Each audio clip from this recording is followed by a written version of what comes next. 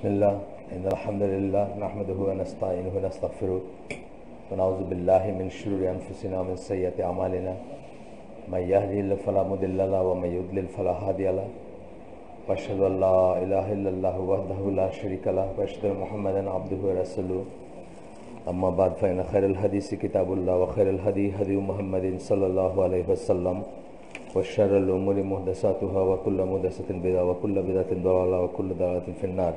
আসসালামু আলাইকুম ওয়া রাহমাতুল্লাহি ওয়া বারাকাতুহু। আমরা গতদিন এখানে শেষ করছিলাম, সেখান থেকে শুরু করব ইনশাআল্লাহ। ওই শেষ ঘটনাটা একটু জাস্ট টেনে নিয়ে যাচ্ছে, যেহেতু অনেকদিন পরে আসি আমি। সেটা হচ্ছে যে ওই রাসূল সাল্লাল্লাহু আলাইহি ওয়াসাল্লামের কাছে তারা তাদের একজন প্রতিনিধিকে পাঠাইছিল, উতবা বলে একজনকে। ওনার কুনিয়া ছিল আবুল ওয়ালিদ, তাকে পাঠাইছিল। তো তিনি তাকে বললেন যে তুমি কি চাও, তুমি আমার ভাইয়ের ছেলে। ভাইয়ের ছেলে বলতে একটা সম্বোধন, আর কিছু না। সে একটা সম্বোধন, আপনার কি বলে আরবদের ভিতরে। তুমি কি চাও, তুমি বলে উনি কতগুলো অফার করলেন আর কি, যে তুমি যদি হাই পজিশন চাও, রাজত্ব চাও, বা আমাদের লিডারশিপ চাও, বা ওয়েলথ চাও, সব কিছুই বললেন উনি। তখন রাসূল সাল্লাল্লাহু আলাইহি ওয়াসাল্লাম তাকে বললেন যে তুমি কি শেষ করছো, আপনি কি শেষ করছেন, বা তুমি কি শেষ করছো, হ্যাভ ইউ ফিনিশড। তারপরে বললেন যে তাইলে শোনো, বলে উনি সূরা ফুসসিলাত 41 নম্বর সূরার 1 থেকে 4 নম্বর আয়াত উনি করলেন, তেলাওয়াত করে শোনালেন তাকে। এবং যখন when Utba heard it, he remained silent and sat with his hand behind his back, এর পিছনে হাত দিয়ে বসেছিলেন, resting upon them, ওটার উপরে হাত দিয়ে মানে করে। So when the messenger of Allah sallallahu alaihi wasallam, আল্লাহ রাসূল সাল্লাল্লাহু আলাইহি ওয়াসাল্লাম যখন একটা সিজদার আয়াত আছে সেখানে আসলেন, উনি সিজদা করলেন। তারপরে বললেন যে উতবাকে বললেন আর কি, যে তুমি তো শুনছো আমি কি বলছি, মানে আল্লাহ কি বলছেন তুমি তো শুনছো, অর্থাৎ যা তেলাওয়াত করলাম সেটা কি শুনছো। তেলাওয়াতের ভিতরে কিছুই না, ইসে ছিল যে আল্লাহর নামে, মানে প্রথমে হামিম আয়াত যেহেতু এটা ছিল ওই প্রথম এসে, তারপরে ছিল যে এটা হচ্ছে যে সবচেয়ে দয়ালু যিনি, মানে রহমান যিনি, তার তরফ থেকে একটা নাজিল করা, বা তার তরফ থেকে একটা ওয়াহি। এরপরে কথাটা, মেইন কথাটা যেটা ওনার জন্য মেসেজ ছিল সেটা ছিল যে অ্যারাবিক ল্যাঙ্গুয়েজে যারা, মানে আরবদের জন্য বা অ্যারাবিক ল্যাঙ্গুয়েজে এটা একটা ক্লিয়ার ওয়ার্নিং। এবং কারোর জন্য, মানে তখন বলছে ব্রিঙ্গিং দেম গুড টাইডিং, তাদের জন্য সুসংবাদ। কিসের? জান্নাতের সুসংবাদ। যারা এটা বিশ্বাস করবে, আর যারা বিশ্বাস করবে না তাদের জন্য জাহান্নামের পানিশমেন্ট। এই কথাগুলো ছিল প্রথম কয়েকটা আয়াতের ভিতরে। যাই হোক, এখন যখন বললেন যে তুমি তো শুনছো, উনি ইচ্ছে বললো, ওনাকে বললো যিনি নেগোশিয়েট করতে আসছিলেন কুরাইশদের তরফ থেকে, রাসূল সাল্লাল্লাহু আলাইহি ওয়াসাল্লামকে বিরত রাখতে ইসের থেকে, তার মিশন থেকে। আরও অনেক কথা ছিল সামনে, সেটা আমরা যাচ্ছি না, আমরা আজকে এখান থেকে কন্টিনিউ করব। তো তখন বলতেছেন যে he said what happened is that I heard the like of which by Allah I have never heard.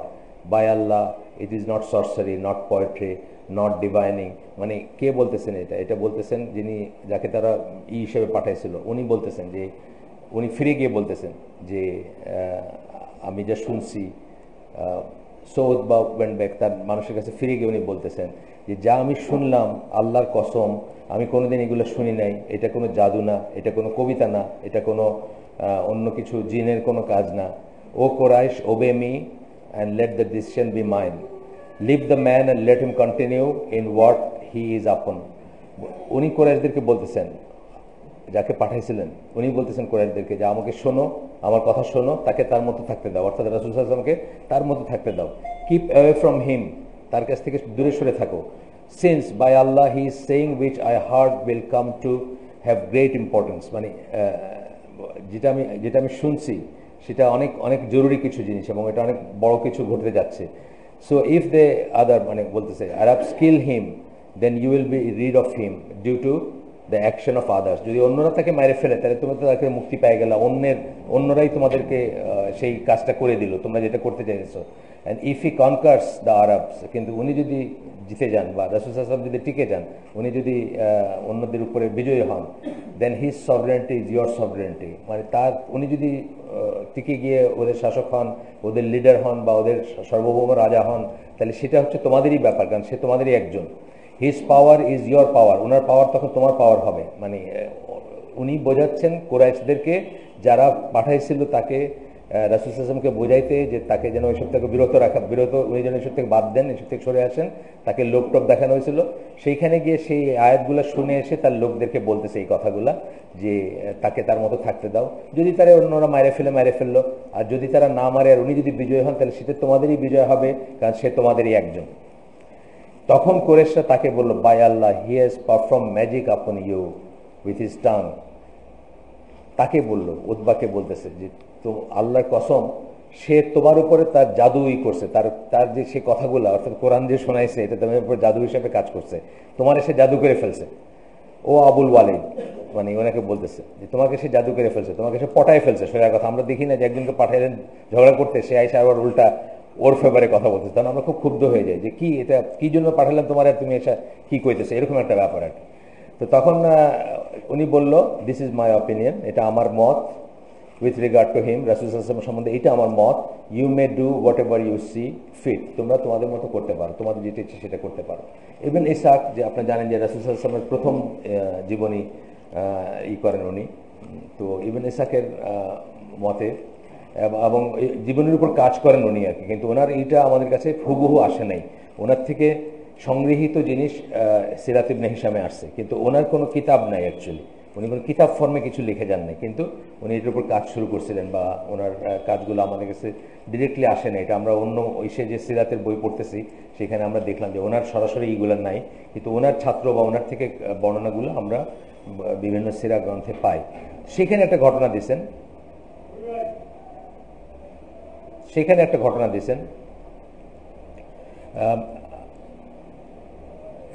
যে কুরাইশরা, ইবনে আব্বাসের বর্ণনার ঘটনা, যে গ্রুপ অফ কুরাইশদের আরেকটা দল তারা একত্রিত হয়েছিল এবং তারা এই উতবার মতোই একটা অফার দিয়েছিল তাকে। এরকম আরো অফার গেছে, একটা অফার দিয়ে গেছে তা না, তাকে বিরত রাখা, যেটা হয় আপনি গ্রামে গঞ্জে দেখবেন যে যখন একটা কেউ একটু উল্টাপাল্টা কিছু করে তার কাছে ওই মুরব্বীরা মানুষ পাঠায়, কখনো ডিরেক্টলি না শোনার জন্য, যেন ওনাদের মুখের উপর না বলে না, অন্য মানুষ পাঠায়, মিশন পাঠায় যার সাথে তার খাতির আছে। এগুলা মানে ডিপ্লোমেসির অংশ আর কি, মানে গ্রামীণ ডিপ্লোমেসি বা আপনার এরকম জায়গায় গোত্রতে যেসব হয় সেসব। তো তখন রাসূল সাল্লাল্লাহু আলাইহি ওয়াসাল্লাম কাছে এরকম একটা মিশন পাঠিয়েছেন, তখন রাসূল সাল্লাল্লাহু আলাইহি ওয়াসাল্লাম বলছিলেন তাদেরকে, আমি শুধু এক্সেপ্টটা পড়তেছি পুরাটা না, তো তখন বলছিলেন যে তোমরা যদি আমার কথা শোনো, if you accept what I have brought to you, then you will have your share in this world and the hereafter. এই দুনিয়াতে তোমাদেরই থাকবে, অর্থাৎ উনি বলতেছিলেন যে এই দুনিয়াতেও তোমাদের লাভ হবে এবং আখিরাতেও তোমাদের লাভ হবে। কারণ এই কথাটা যারা বুঝছিল, অ্যাকচুয়ালি অনেকে বলেন, অনেক সিরার গ্রন্থের মানুষ মানে যারা লেখক তারা বলেন যে আসলে কুরাইশদের ভিতরে যারা খুব ওয়াইজ, তারা দেখতেছিল যে এই লা ইলাহা ইল্লাল্লাহ যদি তারা মেনে নেয় তাইলে তাদের দুনিয়া নষ্ট হয়ে যাবে, এটা তাদের একটা ভয় ছিল। দুনিয়া নষ্ট হয়ে যাবে মানে তাদের ও কাজের মেলা হবে না, এই যে ওইটা বারবার হজ করতে আসে বা মূর্তিগুলাকে দেখতে এক একজন এক একটা মূর্তি, এই নিয়ে তাদের একটা উপার্জন ছিল, তাদের একটা ইম্পর্টেন্স ছিল আরাবিয়ান পেনিনসুলাতে, এই সব চলে যাবে এরকম। উনি সেটাই হয়তো হিন্ট করতেছেন যে এগুলো যাবে না ইনশাল্লাহ, তোমরা দুনিয়াও পাওয়া আখেরাতও পাবো। দুনিয়া পাওয়া মানে আমরা দেখতেছি, তারপরে এখন দেখতেছি আমরা কিভাবে তারা দুনিয়া পাইছে, বা আরো আগেও দেখছি আমরা দুনিয়া পাওয়া এবং আখেরাতও তোমাদেরই। কারণ ওমর রাদিয়াল্লাহু সময়, ওসমান রাদিয়াল্লাহু সময় মানে সম্পদের কোনো অভাব ছিল না। আপনি জানেন যে ওমর রাদিয়াল্লাহু মানুষজন রোজ রোজ গোশত খাইতে শুরু করলো, ওরা তো গোশত খাইতেন ওয়ান্স ইন এ ওয়াইল। আপনারা দেখছেন 3 জন মিলে রাস্তায় বাইরেছেন, খিদা লাগছে, একজন সাহাবী নিয়ে গেছেন, নিয়ে গিয়ে একটা দুম্বা বা একটা শিপ করে তাদেরকে খাওয়াইছেন, তারা কত খুশি, কতদিন পরে খাইছেন, এরকম ছিল তাদের সিচুয়েশন। কিন্তু যখন ওমর রাদিয়াল্লাহুর চলতেছে, খেলাফত চলতেছে, তখন দেখা গেল যে এত ঐশ্বর্য কোনো ছড়াছড়ি, তখন উনি নিয়ম করে দিলেন কি যে প্রতিদিন, এই যে মিটলেস ডে আমাদের যেটা, এটা কিন্তু ওইখান থেকে আসছে, উনি আইন করে দিলেন যে প্রতিদিন গোশত খাওয়া যাবে না, প্রতিদিন গোশতই করা যাবে না, একদিন পরপর, মানে একদিন বন্ধ থাকবে, একদিন খাইলে একদিন বন্ধ থাকবে, মানে 3টা মিটলেস ডে ধরেন এক সপ্তাহে এরকম। আমাদের বোধহয় 2টা ছিল, এখন আমি জানি না আছে কিনা, একটা আছে না, আগে কিন্তু আমার 2টা ছিল এক সময় ঢাকায়, আগে অনেক আগে। যাই হোক, এখন কোন বার এটা জান নাকি? আচ্ছা, যেহেতু আমি বাজার টাজার করি না, আমি জানি না এটা। যাই হোক, মিটলেস ডে ওইখান থেকে আসছে। যাক এটা আমরা মোটামুটিভাবে গদিন পড়ছি। ইবনে ইসহাকের ইসের থেকে আসছে, বর্ণনা থেকে আসছে, said that az-Zuhri narrated to me that Allah's Messenger sallallahu alaihi wasallam, উনি বললেন, আরেকজনকে বললেন, মানে একটা জায়গায় আসছেন উনি, came to Banu Amir ibn Sasha and called them to Allah. আচ্ছা, এটা একটা বর্ণনা আসতেছে যে এক জায়গায় উনি গিয়ে আল্লাহর দিকে ডাকছেন একটা গোত্রকে, একটা এইকে। তো তখন so a man from them একজন একজন মানুষ, ওই গোত্রের থেকে একজন মানুষ, তার নাম হচ্ছে বাইহারা ইবন ফিরাস। সে রাসূল সাল্লাল্লাহু বলল, by Allah, if I were to take hold of this young man from Quraysh, যখন বলছে যে মানে এই মানুষের সাথে যদি আমি থাকি তাহলে আমি কি করব, আমি আরবদের উপরে খুব হয়ে যাব, মানে আমি তর্জমাটা করে দিচ্ছি। তখন উনি বলতেছেন, ওই ইসেকে বলতেছেন, ওই ভদ্রলোক বলতেছেন ইসেকে, রাসূল সাল্লাল্লাহু আলাইহি ওয়াসাল্লামকে, যে আমি তোমার কাছে যদি তোমার কাছে যদি করি, তোমার প্লেজ অফ অ্যালিজিয়েন্স, যেটা বায়াত নেই বা তোমার আনুগত্য করি তোমার ব্যাপারে, এবং তারপরে আল্লাহ যদি তোমাদেরকে ভিক্টরি দেয়, আল্লাহ যদি তোমাদেরকে দেয় কি বলে, তোমাকে যদি আল্লাহ বিজয়ী করেন, তখন কি হবে, মানে আমাদেরকে তুমি কি করবা, মানে আমাদেরকে কি তুমি দিবা, অথরিটিতে দিবা। মানে যে ভদ্রলোক বলতেছেন গোত্রের, উনি বলতেছেন যদি তোমাকে আল্লাহ বিজয়ী করেন, যদি তুমি জিতে যাও, টিকে যাও, তাহলে তখন কি তোমার পরে তুমি কি আমাদেরকে তোমার উত্তরাধিকারী করে যাবা নাকি, এই কথা বলতে চাচ্ছেন। অথরিটি আফটার ইউ, তোমার পরে কি আমাদেরকে অথরিটি দিবা নাকি। He said the affair is for Allah, এটা হলো আল্লাহর ব্যাপার। He places authority wherever he wills, উনি কর্তৃত্ব দেন, পাওয়ার দেন, যেখানে তার ইচ্ছা সেখানে দেন। আমি এটা নিয়ে ওয়াদা করতে পারবো না। মোট কথাটা হচ্ছে এটা, মানে বিনিময়, এটা হইলে ওইটা হবে নাকি, এটা দিলে ওইটা দিব নাকি, করবা নাকি। তখন বলছেন যে তাইলে কি তোমার জন্য আমরা শুধু শুধু কেন জীবনই করবো, ওই ভদ্রলোক বলতেছেন, তোমার জন্য আমরা শুধু শুধু তোমার পিছনে কেন করবো, তোমার সাথে কেন করবো, authority will be for other than us, যদি আমাদের ছাড়া অন্য কারোর কাছে অথরিটি যায়, অন্য কেউ যদি আমাদের উপর পরে মাতবরি করে, তাহলে তোমার জন্য আমরা করবো কেন, we have no need of your affairs. তারা তার কাছে বায়াত গ্রহণ করলো না, কারণ কি একটা বিনিময় হয় নাই। বিনিময়টা কি চাইছিল, তারা শুধু দুনিয়া চাইছিল, এটাই কিন্তু পয়েন্ট, আমরা যাবো এতে। তারা ডেফিনেটলি একটা দুনিয়ার চাইছিল, যে তোমাকে আমরা এইভাবে হেল্প করবো, তুমি আমাদেরকে দুনিয়া দিবা, এটাই তো চাইছিল তারা। তোমার পরে তুমি যদি জিতে যাও, তাহলে তোমার পরে আমরা রাজত্ব করব, বা আমাদের হাতে কর্তৃত্ব থাকবে, আমাদের হাতে দুনিয়া থাকবে। উনি বললেন যে এটা আমি বলতে পারবো না, এটা আল্লাহর ব্যাপার, আল্লাহ জানেন কি। এটা কিন্তু খুব কি একটা পয়েন্ট। আমরা দেখবো এরপরে যে নবী বা রসুলরা কোনোদিন দুনিয়া প্রমিস করেন নাই, দুনিয়া প্রমিস করে কাউকে আল্লাহর পথে ডাকেন নাই। দুনিয়া অটোমেটিক্যালি আসবে, এটা আমরা এমনিও বুঝতেছি। আমরা আজকে বুঝতেছি না যে আমরা যদি আল্লাহর মতো চলতাম, আমাদের চুরি চামারি ডাকাতি, হাজার হাজার শত শত হাজার হাজার কোটি টাকা সুইস ব্যাংকে যাওয়া, মালয়েশিয়াতে সেকেন্ড হোম হওয়া, এগুলো কিচ্ছু হইতো না, হয়তো যদি আমরা আল্লাহর মতো চলতাম। যদি বুঝেন না ব্যাপারটা, এগুলো কিছুর থেকে হচ্ছে। আল্লাহ মানুষ বিশ্বাস করে না, আখিরাতে বিশ্বাস করে না। মানুষ মরতেছে এখনই এনজয় করে যায়, এখানে জমায় ওইখানে জমায়, এনজয় করতে পারবেও না। আপনারা জানেন, আপনারা দেখতেছেন চোখের সামনে যে মানুষ কত কিছু করতেছে, কিন্তু এনজয় করতে পারতেছে না, পারে না। আচ্ছা গেল, এই জিনিসটা শুধু মনে রাখেন, কারণ এটা আমরা পরবর্তীতে আসবে বারবার, যে আল্লাহ রসুল সাল্লাল্লাহু আলাইহি ওয়াসাল্লাম থেকে শুরু করে যত নবীরা ছিলেন, তারা কোনোদিন দুনিয়ার ঐশ্বর্য প্রমিস করেন নাই কখনো কাউকে, আর সেটার বিনিময়ে কাউকে দলে ভিড়াইতে চান নাই। ওয়ার ইজ পলিটিক্যাল পার্টি অথবা যারা ইসলামী হুকুমত কায়েম করার জন্যই করে, তারা অলওয়েজ দুনিয়াটাকে প্রমিস করে, অলওয়েজ ব্যাক অফ মাইন্ড থাকে যে যদি আমি পাওয়ারে যাই, তোমার লাইসেন্স দিব, তোমার চাকরি দিব, তোমার এটা দিব, এই জিনিসগুলো ব্যাক অফ মাইন্ড থাকে। সমস্ত পাওয়ার পলিটিক্সের পেছনে এই জিনিসটা থাকে, সেটা এই দেশে হোক অন্য দেশে হোক, সব দেশে এটা থাকে। এমনকি আমেরিকাতেও থাকে। আপনারা দেখছেন আমেরিকাতে একজন প্রেসিডেন্ট হল মানে full set off white house people change, সব মন্ত্রীতন্ত্রী শুরু করে সব পুরো সেট আপটা চেঞ্জ হয়ে গেল, তার নিজের লোকদের সে এনে বসাইলো। এটি হচ্ছে পার্টি পলিটিক্স বা পাওয়ার পলিটিক্সের পেছনের কথা। এটা কোনোদিন কোনো নবী পয়গম্বর প্রমিস করেন নাই। এখন আমরা ওইখানে দেখবো সামনে, আগামীতে আর কথা আছে। আচ্ছা, এখন আসছেন কি দাওয়া সামারি। এতক্ষণ আমরা সব নবী সাল্লাল্লাহু আলাইহি ওয়াসাল্লাম শেষ হইলো, মানে আমরা কিন্তু শুরু থেকে পড়লাম কি, আর জেনারেল পড়লাম, কোরআনে হাদিসে জেনারেল যে সমস্ত কথা আছে নবীদের দাওয়াতের নীতি নিয়ে। তারপরে আমরা পড়লাম নূহ আলাইহিস সালাম থেকে শুরু করলাম, নূহ আলাইহিস সালাম, দেন আমরা ইব্রাহিম আলাইহিস সালাম, তারপরে ইউসুফ আলাইহিস সালাম, তারপরে মুসা আলাইহিস সালাম, তারপরে ঈসা আলাইহিস সালাম, রাসূল সাল্লাল্লাহু আলাইহি ওয়াসাল্লাম, সবাই পড়ছি। কিন্তু আমরা সবাই কি কি পদ্ধতিতে দাওয়াত দিলেন, তাদের পদ্ধতি কি ছিল, তারা কি বলে মানুষকে ডাকছেন। এখন আমরা একটা সামারি করবো, ওটা সামারিতে আসছি আমরা। 135 পৃষ্ঠায় আসছি, বইটা 200 পৃষ্ঠার মতো, 200 পৃষ্ঠা একটু বেশি। আচ্ছা, এখন এখানে বলতেছেন দ্য প্রফেটস, এটা কিন্তু এই প্লুরাল, সবাই কথা বলতেছেন, আলাইহিস সালাম সবাই কথা বলতেছেন, আলাইহিমুস সালাতু ওয়াস সালাম। আচ্ছা, সবাই কথা বলতেছেন। তারা কখনোই did not come to bring about downfall of any state and to replace it with another, কখনোই একটা স্টেটের পতন ঘটাইতে আসেন নাই, অথবা একটা রাষ্ট্র ক্ষমতার জায়গায় একটা রাষ্ট্র ক্ষমতাকে আনতে কখনো আসেন নাই, মানে রাষ্ট্র ক্ষমতা চেঞ্জ করতে, শাসক চেঞ্জ করতে তারা কখনো আসেন নাই। আচ্ছা, they did not seek after sovereignty, তারা রাজা হইতে চান নাই, তারা নিজেরা শাসক হইতে চান নাই। Not did the organize parties for that, তারা এটার জন্য কোনো দলও গঠন করেন নাই, যে এই এই এই রাজা হব দেখা, শাসক হব দেখা, এই হব দেখা, কখনোই কোনো দল গঠন করেন নাই। রাদার বরং তারা কি করছেন, they came for the guidance of mankind to save them from misguidance and shape. দলালা বলি আমরা যেটাকে, মিসগাইডেন্স, পথভ্রষ্টতা, সেটা থেকে বাঁচানোর জন্য এবং সেটা থেকে বাঁচানোর জন্য তারা আসছেন যুগে যুগে। এটা জেনারেল বলতেছেন। আচ্ছা, তারপরে বলতেছেন, if rule and sovereignty had been offered to them, they would have rejected it and continued upon dawa. যদি তাদেরকে কেউ অফার করতো, আমরা দেখলাম আমাদের নবী থেকে দেখছি এবং অন্যান্য সময় দেখছি, অন্যান্য গল্পেও দেখছি, যদি তাদেরকে কেউ সেটা অফার করতো, তারা সেটা রিজেক্ট করে দাওয়াতের পদ্ধতিটা, যে পদ্ধতিটা আমরা এতদিন ধরে পড়লাম, সেই পদ্ধতিটাই তারা করতেন, মানে বজায় রাখতেন। ইন্ডিড কোরেশ অফার্ড সভরেনিটি, রাসূল সাল্লাল্লাহু আলাইহি ওয়াসাল্লামকে তারা রাজত্ব অফার করছিল, আমরা আগে পড়ছি এটা। অ্যান্ড হি রিফিউজ, এখানে একটা হাদিস আমি প্রথমবারের মতো পড়ছি, আগে পড়ি নাই, আপনাদের সাথে শেয়ার করব, খুব ইন্টারেস্টিং হাদিস। অ্যান্ড হি রিফিউজ করছেন রাসূল সাল্লাল্লাহু আলাইহি ওয়াসাল্লাম। তারপরে কি বলতেছেন যে it was also offered to him that he should be a prophet, king or slave messenger. তাকে চয়েস দেওয়া হয়েছিল, তিনি কি, এটা পড়ছো নাকি হাদিস? আমি হাদিসটা পড়িনি কোনোদিন, সামহাও আমি মিস করছি, এই বইতেই প্রথম পড়ছি, যে উনি কি নবী রাজা হইতে চান নাকি কৃতদাস রাসূল হইতে চান। কথা বুঝছেন মিনিংটা?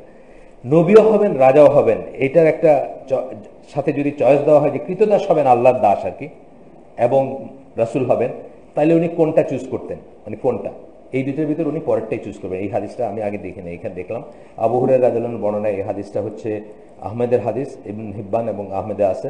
এটাকে কি বলছেন যে একদিন রাসূল সাল্লাল্লাহু আলাইহি ওয়াসাল্লাম বলতেছেন যে জিবরিল sat with Allah's messenger, জিবরিল আলাইহিস সালাম বসেছিলেন রাসূল সাল্লাল্লাহু আলাইহি ওয়াসাল্লামের সাথে, and looked at the heavens, এবং আকাশের দিকে তাকাইছিলেন, and saw an angel descending, একজন ফেরেশতা নেমে আসতেছেন দেখলেন, এবং জিবরিল তাকে বললেন, কাকে, রাসূল সাল্লাল্লাহু আলাইহি ওয়াসাল্লামকে বললেন যে this angel has never descended since he was created until now, ইনি কখনোই অবতরণ করেন নাই, পৃথিবীতে নেমে আসেন নাই, যবে তার সৃষ্টি হয়েছে তার থেকে নিয়ে আজ পর্যন্ত, মানে এই প্রথম উনি আসলেন, জিবরিল আলাইহিস সালাম বলতেছেন।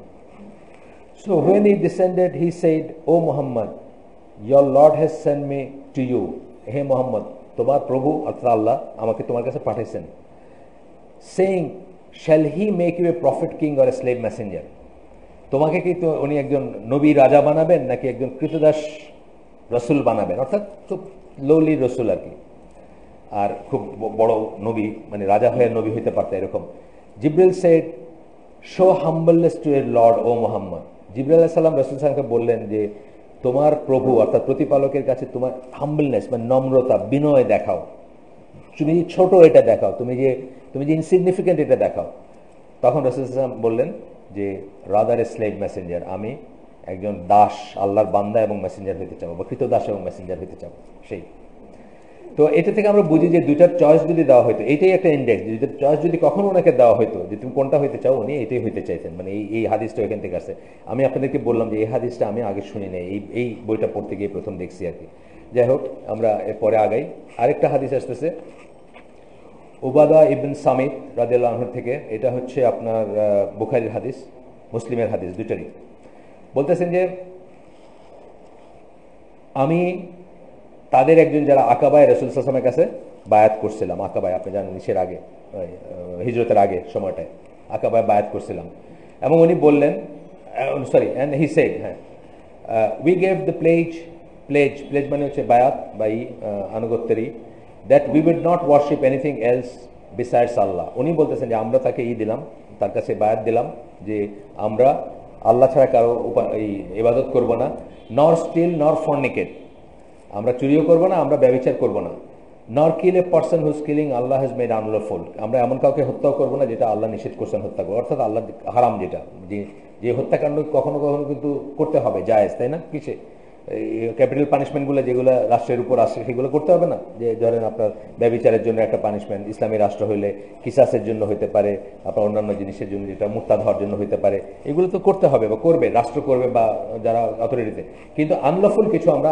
হত্যা করবো না, এক্সেপ্ট রাইটফুলি, যদি আল্লাহ এটা করে থাকেন, তাছাড়া নর রব ইচ আদার, একজন একজনকে ডাকাতি করবো না, নট ডিজবে, আমরা কি বলবো, বিদ্রোহ করবো না, ডিজবে করতে হলে বিদ্রোহ করবো না বা এসে যাবো না, and then paradise should be ours, এবং সেই জন্য কি হবে, আমাদের জান্নাত, বিনিময়টা হচ্ছে জান্নাত। রাসূল সাল্লাল্লাহু আলাইহি ওয়াসাল্লাম এইভাবে অনেক কটা বায়াতেই বলছেন যে বিনিময় কি, বিনিময় হচ্ছে জান্নাত। এইখানে দেখেন যে জিনিসগুলো বলা হয়েছে, যে জিনিসগুলো করতে বলেছে, একটাও কিন্তু পাওয়ার পলিটিক্সের কোনো ব্যাপার না। খেয়াল করে দেখেন কি বলছেন, যে চুরি করব না, আল্লাহ ছাড়া, প্রথমটাই হচ্ছে আল্লাহ ছাড়া কারো ইবাদত করব না। তা আমি আসলে উপাসনা শব্দটা মুখে এসে যায়, যেহেতু আমরা বাঙালি, বাংলা পড়ে বড় হয়েছি, তো উপাসনার ইবাদতের ভিতরে একটু তফাৎ আছে। চেষ্টা করবো আমরা ইবাদত কথাটা বলতে, আমার মুখে অনেক সময় চলে আসে, যেহেতু আমরা যেমন যেমন আমরা হজরত আজকেই বলতেছিলাম, আমাদের মুখে হজরত কথাটা চলে আসে না, ছোটবেলার থেকে বলতেছি হজরত ওমর, হজরত আবু বকর বলতেছি, চলে আসে মুখে, কিন্তু এটা বলা উচিত না। কারণ হজরত কথাটা মিনিং কি, যিনি হাজির আছেন উনি। তো কোনো মানুষ মৃত অথবা সামনে নাই কোনো মানুষের ব্যাপারে হজরত ইউজ করা উচিত না। কিন্তু এই যে সামনে থাকা কাউকে সম্মানসূচকভাবে হজরত বলতে বলতে আমরা এখন মৃতদের বেলায় বলি, আমরা এটা বলবো, আমি ইনশাল্লাহ ঠিক করে নিব। একইভাবে আমাদের আরেকটা দোষ আছে যে কোরআন শরীফ কথাটা আমার মুখে চলে আসে, সারা জীবন বলছি, ছোটবেলা থেকে কোরআন শরীফ বলছি, এখন মুখে চলে আসে এটা, সেটাও আমরা আসলে সরাই ফেলবো। কারণ 55টা নামে কোরআনকে সম্বোধন করা হয়েছে, কিন্তু শরীফ কথাটা কোথাও নাই। সুতরাং আমরা ওইগুলোর একটা দিয়ে আমরা করতে পারি, কোরআনকে সম্বোধন করতে পারি বা কোরআনের কথা বলতে পারি। আচ্ছা, এরপরে কি বললেন, আরেকটা আসতেছে আবু মুসা আল আনসারি, আরেকজন সাহাবীর কথা আসতেছে। উনি বললেন যে আল্লাহ রাসূল সাল্লাল্লাহু আলাইহি ওয়াসাল্লাম went along with his uncle Al Abbas to 70 of the ansar, ওই যে 70 জন আনসারের সাথে যে বায়াতের ব্যাপারটা ছিল, ওটা একটু আমরা বড় অনেক হাদিস, আমি পুরোটা না পড়ে শুধু ইটা পড়তেছি, মানে জিসটা পড়তেছি। কি বললেন, মানে কি করতে হবে তাদের কাছে, কি আস্ক ও মোহাম্মদ, ওনারা বলছেন যে আপনি বলেন, রাসূলকে বলতেছেন আপনি বলেন কি চান আপনি, এরকম বলেন। কি বললেন রাসূল সাল্লাল্লাহু আলাইহি ওয়াসাল্লাম, I ask that you do not worship anything besides him, তুমি আল্লাহ ছাড়া কিছুর ইবাদত করবে না, তোমরা আল্লাহ ছাড়া কিছুর ইবাদত করবে, আমি এটা চাই। প্রথম কথা বললেন এটা চাই, তারপর আরো কিছু বলছেন, কিন্তু প্রথম এটা চাইছেন। And for myself and my companions I ask that you grant us shelter and assist us and defend us as you defend yourselves. ওই যে চুক্তিটাতে যেটা বলেছে, তুমি তোমাদের নিজেদের নফসকে যেভাবে প্রোটেক্ট করো, তোমাদের ছেলে মেয়েকে যেভাবে প্রোটেক্ট করো বা করো, সেভাবে আমাদের করবে। তারপরে বলবো যে হ্যাঁ তারা, so what is there for us, মানে আমাদের জন্য কি আছে, ওনারা জিজ্ঞেস করলেন। এটা শোনার পরে জিজ্ঞেস করলেন আমাদের জন্য কি আছে। উনি বললেন কি, যে প্যারাডাইজ ইজ ফর ইউ। উনি কিন্তু বলেন নাই যে রাজত্ব, বলেন তোমার মিনিস্টার বানাই দিব, তোমার এই বানাই দেবে, এটা বলেন নাই, তোমার গভর্নর বানাই দেবে, এটা বলেন নাই। আমরা দেখবো পরে ওইটা কোত্থেকে আসলো এই ফিকটা, যে পাওয়ার চাবে তাকে পাওয়ার দেওয়া যাবে না, এটা কিন্তু ইসলামের একটা মূলনীতি। আমরা পরে দেখবো কিভাবে আসলো এটা। উনি কিন্তু এটা বলেন না, কি বলছেন তাহলে জান্নাত চাইছেন যে জিনিসটা, ওইটাও অ্যাকচুয়ালি আসলে কিন্তু কোনো একটা দুনিয়াবি জিনিস না, যেতে চাইছেন। এটা কি চাইছেন, এলিজেন্স চাইছেন, মানে একটা কমিউনিটি হিসেবে থাকবে, এটাই চাইছেন। বলেন না যে আমার এটা বসা বসা খাওয়া বাবা, আমার এটা করে খাওয়াবা, সব পয়সা হয় না আমার পায়ে দিবা আর আমি এগুলোকে খরচ করবো, এই ধরনের কিছু বলেন নাই। যেটা চাইছেন ওটা একটা অ্যাবস্ট্রাক্ট জিনিস, যে প্রোটেকশন বা যেটা একটা কমিউনিটিতে থাকে, এবং যেটা বিনিময় যেটা, সেটাও একটা আনসিন জিনিস, একটা আখেরাতের জিনিস, এই দুনিয়ার কোনো না, বা একদম রেডি কোনো ক্যাশ না বা না। আচ্ছা, জাবির বিন আব্দুল্লাহ থেকে রাদিয়াল্লাহু আনহু থেকে একটা হাদিস আসতেছে। এই হাদিসটা ছিল আপনার মুসনাদ আহমেদের হাদিস। পরে একটা আসতেছে, এটা হচ্ছে জাবির বিন আব্দুল্লাহর বর্ণনা আসতেছে যে আল্লাহ রাসূল সাল্লাল্লাহু আলাইহি ওয়াসাল্লাম spend 10 years in Mecca following, মানে এই যে 10 বছর মক্কা এই করলেন, যখন উনি ওই জায়গায় জায়গায় যাইতেন, গিয়ে করতেন, ওই যে মানুষকে ওকাজের মেলার সময় বিশেষ করে বা হজের সিজনে মানুষকে গিয়ে আল্লাহর কথা বলতে চাইতেন বা আল্লাহর দিকে ডাকতে চাইতেন। এবং তখন একটা ঘটনা আছে যেখানে ইয়েমেনের এক লোক, সে তার লোকদের কাছে আসলো এবং সে এসে লোকদেরকে বলতেছে, মানে তার লোকদের, অর্থাৎ ধরেন হজের সময় এখনো কিন্তু এটা আছে, জোনাল ক্যাম্প হয়, তখনও ছিল এখন আছে। জোনাল ক্যাম্প হয় না, জর্ডানের ক্যাম্প, বাংলাদেশের মিনায় হয় না, ওরকম ক্যাম্প তখনও হয়তো জোনাল ক্যাম্প। তো ইয়েমেনের থেকে যেসব লোক আসছে তাদেরকে বলতেছে যে beware of the young man of Quraysh, do not let him put you in trial. তো এই যে কুরাইশের এই যে ইয়াং ম্যান, মানে তরুণ, তার কাছ থেকে সাবধান থেকো, তাকে তোমাদেরকে ফিতনায় ফেলতে দিও না। অর্থাৎ এমন একটা সিচুয়েশনে ফেলবে যে তোমরা হ্যাঁ বলবা না বলবা জানো না। ফিতনা মানে কিন্তু অনেক মিনিং আছে। একটা মিনিং হচ্ছে, যেখানে ফিতনার মিনিং কি আমি বলছিলাম এখানে, পরীক্ষা, আর আরেকটা আমি বলছিলাম যে ফিতনার একদম ফার্স্ট মিনিং কি, এটা বলছিলাম, যখন সত্য থেকে মিথ্যাকে আলাদা করা যায় না, এই সময়টাকে আমরা ফিতনা বলি। সত্য থেকে মিথ্যাকে আলাদা করা যায় না, মানে ফার্স্ট মিনিং এটা। এখনকার একটা সময় যাইতেছে না সত্য থেকে মিথ্যাকে আলাদা করা। আপনি খবর বলেন, আপনি টিভি বলেন, আপনি কোনটা যে সত্য। 2 দিন আগে দেখলাম একজন সম্মানিত ব্যক্তি, উনি ওনার কোনো কিসেতে পোস্ট দিয়েছেন, মেয়র আনিস হক মারা গেছেন 2 দিন আগে। তারপরে কিছুক্ষণের ভিতরেই মাফ চাইছেন উনি, যে আমি এটা ভুল করে দিয়েছি, এটা আমার ঠিক হয় না, দাও, আমি ভেরিফাই না করে দিয়েছি। তার মানে উনি মারা যান নাই। আজকে দেখলাম ভোরবেলায় মারা গেছেন। আবার আরেকটা পেপারে দেখলাম লেখা, মানে আরেকটা পেপার না, ওয়েব পেজে খবরে, কেন মৃত্যুর 48 ঘন্টা পর্যন্ত এটাকে লুকায় রাখা হলো। এখন আপনার আমার মতো লেমেনের কি জানার উপায় আছে যে আসলে কি হয়েছে? আমরা কিন্তু জানি না। এই this is what is call ফিতনা। সত্যের থেকে মিথ্যাকে আলাদা করা যাচ্ছে না। আপনি দেখেন প্রত্যেকটা জায়গায় কিন্তু এই জিনিস, যে কোনো একটা খবর, যে কোনো একটা স্টেটমেন্ট, যে কোনো একটা কোনটা যে সত্য আল্লাহ জানেন শুধু। এটা হচ্ছে ফিতনার সময়কার একটা আর কি। আমরা ওই যে রিলিজিয়াস এক্সট্রিমিজমে আমরা ফিতনার ডেফিনেশন পড়ছি, যে ফার্স্ট মিনিং হচ্ছে এটা, যখন সত্য থেকে মিথ্যাকে আলাদা করতে পারবেন না। আচ্ছা, তো এই বলতেছে কিন্তু তোমাদেরকে ট্রায়ালে ফেলাই দিবে। ট্রায়ালে ফেলাই দিবে মানে আসলেই তো মানে হয়েছে না। ও কি বলছেন ওনার সম্বন্ধে, রাসূল সাল্লাল্লাহু আলাইহি ওয়াসাল্লাম সম্বন্ধে কি অ্যালিগেশন তাদের, মানে তাদের কি অভিযোগ কি? তুমি আমাদের পরিবারগুলোকে ভাগ করে ফেলছো। ভাগ হয়েছে, ছেলে বিশ্বাসী, বাবা বিশ্বাসী না, হয়েছে না? কৃতদাস বিশ্বাসী, মনিব বিশ্বাসী না, এই কথা বলছেন ওনারা। এটাকে তারা আগে থেকে সাবধান করেছে, এই লোকের কাছে কিন্তু যায় না। আমরাও কিন্তু একটু করি অনেক সময়, বুঝলেন না? এই লোকের কাছে যায় না, অনেক কনফিউজ করে ফেলবে। একটা এথিস্টের কথা বলি বা একটা ইসের কথা বলি, এরকম করে বলতেছেন আর কি। যাই হোক, to the point that there did not remain a single household among the Ansar except that is content. কিন্তু এটা বলা সত্ত্বেও বলতেছেন যে এই করতে করতেই কিন্তু রাসূল সাল্লাল্লাহু আলাইহি ওয়াসাল্লাম এমনভাবে মানে ইয়াসরিব থেকে আল্লাহ তার জন্য কিছু মানুষকে পাঠাইছেন যাদের কাছে এই পদ্ধতিতেই উনি কথা বলে গেছেন, যে পদ্ধতির কথা এই লোক বলছে যে তার কাছে যায় না, তার ইয়েমেনের লোক বলছে যেখানে, এই পদ্ধতিতেই আনসারদের একটা গ্রুপ শুনে গিয়ে আবার একটা গ্রুপকে বলছেন, আরেকটা গ্রুপকে পাঠাইছেন, মানুষ নিয়ে গেছেন। এমন অবস্থা হয়েছে যে মানে আনসারদের এমন কোনো ঘর ছিল না যেখানে আল্লাহ রাসূল কথা গিয়ে না পৌঁছেছে, মানে এত ছড়াইছিল এটা। তো বলতেছেন যে দেন দে অল পারফর্ম উমরা, আবার তার উমরার জন্য আসলেন যারা ওই যে 70 জনের ওই গ্রুপটার কথা 22-এর। For how long will live messenger of Allah cast out, কতদিন আমরা তাকে ছড়ায় রাখবো এইভাবে। So a group of 70 of our man, হজের সময় আসলেন, মাঝখানে উমরায় গেছেন, আরও গিয়ে তার সাথে কমিউনিকেশন হতো, হজের সময় আসলেন এবং তারপরে আকাবাতেই হইলেন। এইখানে কথাগুলো আছে যে যেখানে বায়াত নিতে গিয়ে একজন বলছেন যে তোমরা চিন্তা করো কি করতেছো তোমরা। এই ঘটনাটা আমি আর ওটা যাচ্ছি না পুরো ঘটনাটায়, যে একজন বলছেন যে তোমরা কিন্তু চিন্তা করে দেখো তোমরা কি করতেছো, that you speak for Allah. আচ্ছা, কি চাইছিলেন উনি, এটা আগে পড়ি আমরা। That you speak for Allah's sake and do not fear the reproach of anyone and speaking for Allah's sake, when speaking for Allah's sake, and that you assist me. আল্লাহ রাসূল সাল্লাল্লাহু আলাইহি ওয়াসাল্লাম তাদের কাছে কি চাইছিলেন যখন বলছেন যে আপনি বলেন কি চান, এটা আরেকটা বর্ণনা। বলছেন কি, that you speak for Allah's sake, শুধু আল্লাহর ওয়াস্তে কথা বলবা, আল্লাহর জন্য কথা বলবা, and do not fear the reproach, এবং মানুষ যে তোমাদেরকে ঘৃণা করবে, তোমাদেরকে অভিযুক্ত করবে, এটাকে ভয় পাবা না। For anyone when speaking for Allah's sake, আল্লাহর জন্য যখন কথা বলবা তখন এই ভয় করবা না যে কে তোমাদেরকে ছেড়ে যাবে, কে তোমাদেরকে সমালোচনা করবে। And that you assist me, তোমরা আমাকে অ্যাসিস্ট করবা। কাকে? রাসূল বলতেছেন, আমাকে অ্যাসিস্ট করবা।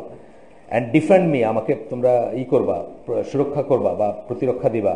when I come to you, just as you would defend yourself and your wives and your children, and paradise is yours. এই একটা ঘটনায় শুনলাম আমরা, কি বললেন উনি, আমাকে এমনভাবে তোমরা করবা, ডিফেন্ড করবা, আমাদেরকে সুরক্ষা করবা, নিরাপত্তা দিবা, যেভাবে তোমাদের ছেলে মেয়ে বাচ্চাকে তোমরা দাও, এবং তার বিনিময়ে কি, প্যারাডাইস ইজ ইয়ার্স, মানে তোমাদের জন্য জান্নাত। মানে আপনি দেখেন যে এটার পয়েন্টটা এটা করতেছেন যে তারা দুনিয়ার যে ইউজুয়াল সিস্টেমগুলো বা যে বিনিময়গুলো হয়, যে চুক্তিগুলো হয়, সেগুলা কখনোই হয় না। আজকে আমাদের কি বলে যে মানে ধরেন চিঠি পান নাকি আপনারা, ইন্টারনেটে চিঠি পান, মাঝে মাঝে স্প্যাম চিঠি আসে যে আমি লিবিয়ার অমুক মিনিস্টারের ছিলাম, আমার এত টাকা এখানে আছে, আপনি যদি আমার একটু সাহায্য করেন টাকাগুলো করতে, তাহলে অর্ধেক টাকা আপনার দিয়ে দিব। মানে প্রমিসটা কিন্তু অর্ধেক টাকা আপনার দিয়ে দিব। এই প্রমিস কিন্তু রাসূল সাল্লাল্লাহু আলাইহি ওয়াসাল্লাম করেন। প্রায় পাওয়া যায় এগুলো, সবাই পায়, যে আমি খুব বিশ্বাসযোগ্য করে লিখবে আর কি, যে আমি এরকম অমুক কিছু, আমার বাপের এই পয়সা রেখে গেছে, এই পয়সাটা আমি উঠাইতে পারতেছি না, আপনি যদি আমাকে একটু সাহায্য করেন তাহলে আমি আপনার সাথে করবো। আর সাহায্যটা কি করবেন? প্রথমে তারা টাকা পাঠাবেন কিছু। সাহায্যটা হবে যে প্রথমে তারা টাকা পাঠাবেন যাতে চৌকিল ধরে এটার করতে পারে, এই ধরনের কোনো অফার থাকে, আপনাকে বিশ্বাসযোগ্য করে লিখবে বা করবে। আচ্ছা, এরপরে আসেন, so here also he would cultivate his companions upon the book and sunnah and upon iman, sincerity, purity of intention for Allah in every action. এখানে আমরা দেখতেছি কি তার কম্পেনিয়ন, তার সাহাবীদেরকে উনি কিভাবে নার্চার করতেছেন, কিভাবে গড়ে তুলতেছেন। সিনসিয়ারিটি, পিউরিটি অফ ইন্টেনশন, আল্লাহর জন্য ইখলাস সহকারে, শুধু আল্লাহর জন্য কিছু একটা করার ব্যাপারে প্রত্যেকটা অ্যাকশন বা ভালো অ্যাকশন করবে শুধু আল্লাহর কথা চিন্তা করে আল্লাহর জন্য করবে, এইভাবে উনি ট্রেন আপ করতেছিলেন বা এইভাবে উনি ট্রেন আপ করেন। He did not give any of them, মানে তাদের কাউকে তারা any wish or hope for position authority in the state. হয়তো কেউ কেউ ফোর্সেই করতেছিলেন যে রাসূল সাল্লাল্লাহু আলাইহি ওয়াসাল্লাম would eventually become head of a community, তাই না? যখন তাকে ডেকে নিয়ে তারা বসাচ্ছেন, তারা আওস এবং খাজরাজ, তারা যেহেতু দুই গ্রুপে মারামারি করে তারা তাদের লিডার নাই, তারা ঠিক করলেন যে একজন মুরব্বীকে তারা নিয়ে তাদের উপরে বসাবেন। তখন হয়তো তারা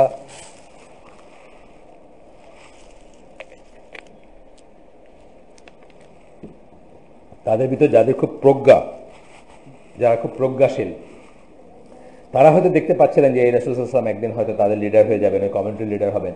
কিন্তু তাদেরকে কিন্তু উনি একবারও বলেন নাই যে তোমাকে আমি এই পজিশন দিব বা এই স্টেটে বসাবো, তুমি আমার প্রধানমন্ত্রী হবা, তুমি আমার রাইট হ্যান্ড হবা, তুমি আমার সিপাহসালার হবা, বা তুমি এরকম কোনো হোপ দেন নাই। আগে আমরা দেখলাম জেনারেল, আর এইখানে আমরা দেখতেছি স্পেসিফিক রাসূল সাল্লাল্লাহু আলাইহি ওয়াসাল্লামের জীবনের লাইফ দিয়ে দেখতেছি।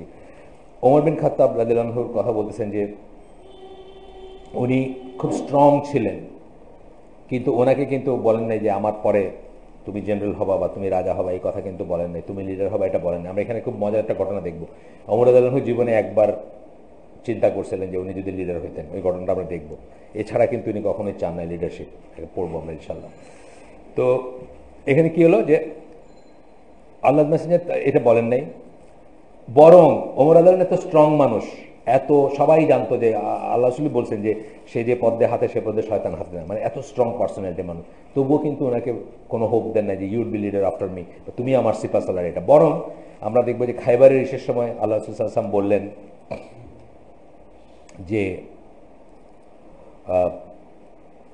আপনার 20 years after the beginning of his messengership, 20 বছর পার হয়ে গেছে খাইবারের যেদিন হয়, খাইবারের যুদ্ধটা যেদিন, যুদ্ধ না মানে সিজটা যেদিন হয়, যুদ্ধ হয়েছে এখানে, অল্প মানুষ হতাহতের সংখ্যা আছে, মুসলমানদের 15-এর মতো, আর ওদের বোধহয় 93-এর মতো। আমি সেদিনই পড়লাম, ওই যে সিরা পড়তেছি এখানে, মুসলমানরা বোধহয় 15 জনের মতো মারা গেছেন টোটাল। খাইবার, আমি খাইবারে গেছি, খাইবার জায়গাটা দেখছি। তা আমি আমার একটা সেট ধারণা ছিল যে একটা দুর্গ ছিল, আসলে একটা দুর্গ না।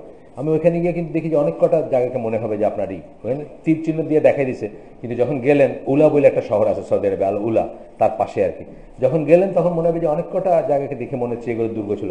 আসলে সিরা পড়তে গিয়ে দেখলাম অনেক কটা দুর্গ ছিল, এবং ওনারা কি করছেন, 2টা দুর্গ বাদ রেখে বাকি দুর্গগুলোকে সিজ করছেন এবং ওগুলো ফল করছে, কিছুটা যুদ্ধ হয়েছে বা হয়েছে। তো তার ভিতর টোটাল 93-এর মতো বোধহয় মরছে ইহুদিরা, আর মুসলিমদের 15 জনের মতো শহীদ হয়েছিলেন ওইখানে আর কি টোটাল। এবং এটা কয়েকটা ইসে আলাদা আলাদা ছিল আর কি এই সিজগুলো।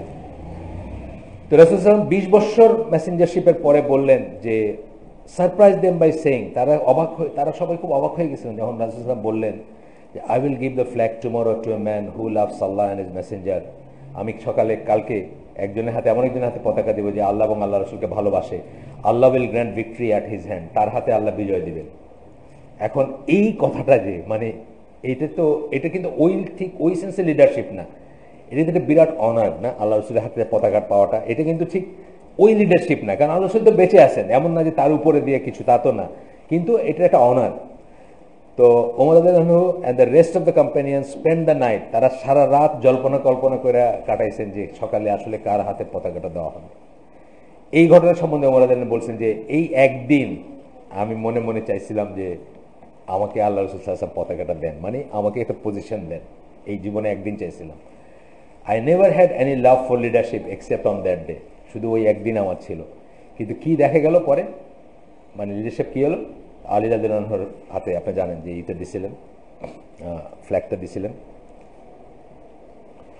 So was it that those Nobel companions hope for, was it leadership or was it great rank of loving Allah and his messenger? এটাও কিন্তু দুনিয়া ছিল না, আসলে দুনিয়ার তো কিছু নাই, লিডারশিপে কিছু নেই।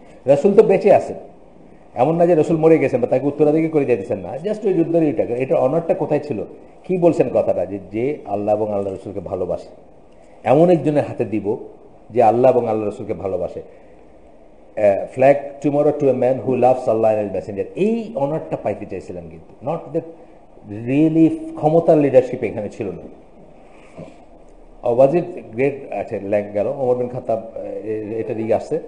আবু হুরায়রা রাদিয়াল্লাহু আনহু বর্ণনায় আসতেছে, এখন আসতেছে আমাদের আমাদের এই লাইনে আস্তে আস্তে আসতেছেন, যে আমরা বলছি এই বইটাতে কি লেখা আছে, যে যে দুইটা মূলধারা দাওয়াতি কাজ চলে আমাদের দেশে, একটা চলে ইসলামী রাষ্ট্র প্রতিষ্ঠার একটা আন্দোলন টাইপের চলে, ধারা বলতেছি আমি, কিন্তু মানে সবকটারে দুইটা বড় ভাগ করে বলতেছি, এই ভাগের ভিতরে সাবসেট আছে অনেক, হ্যাঁ তাই না?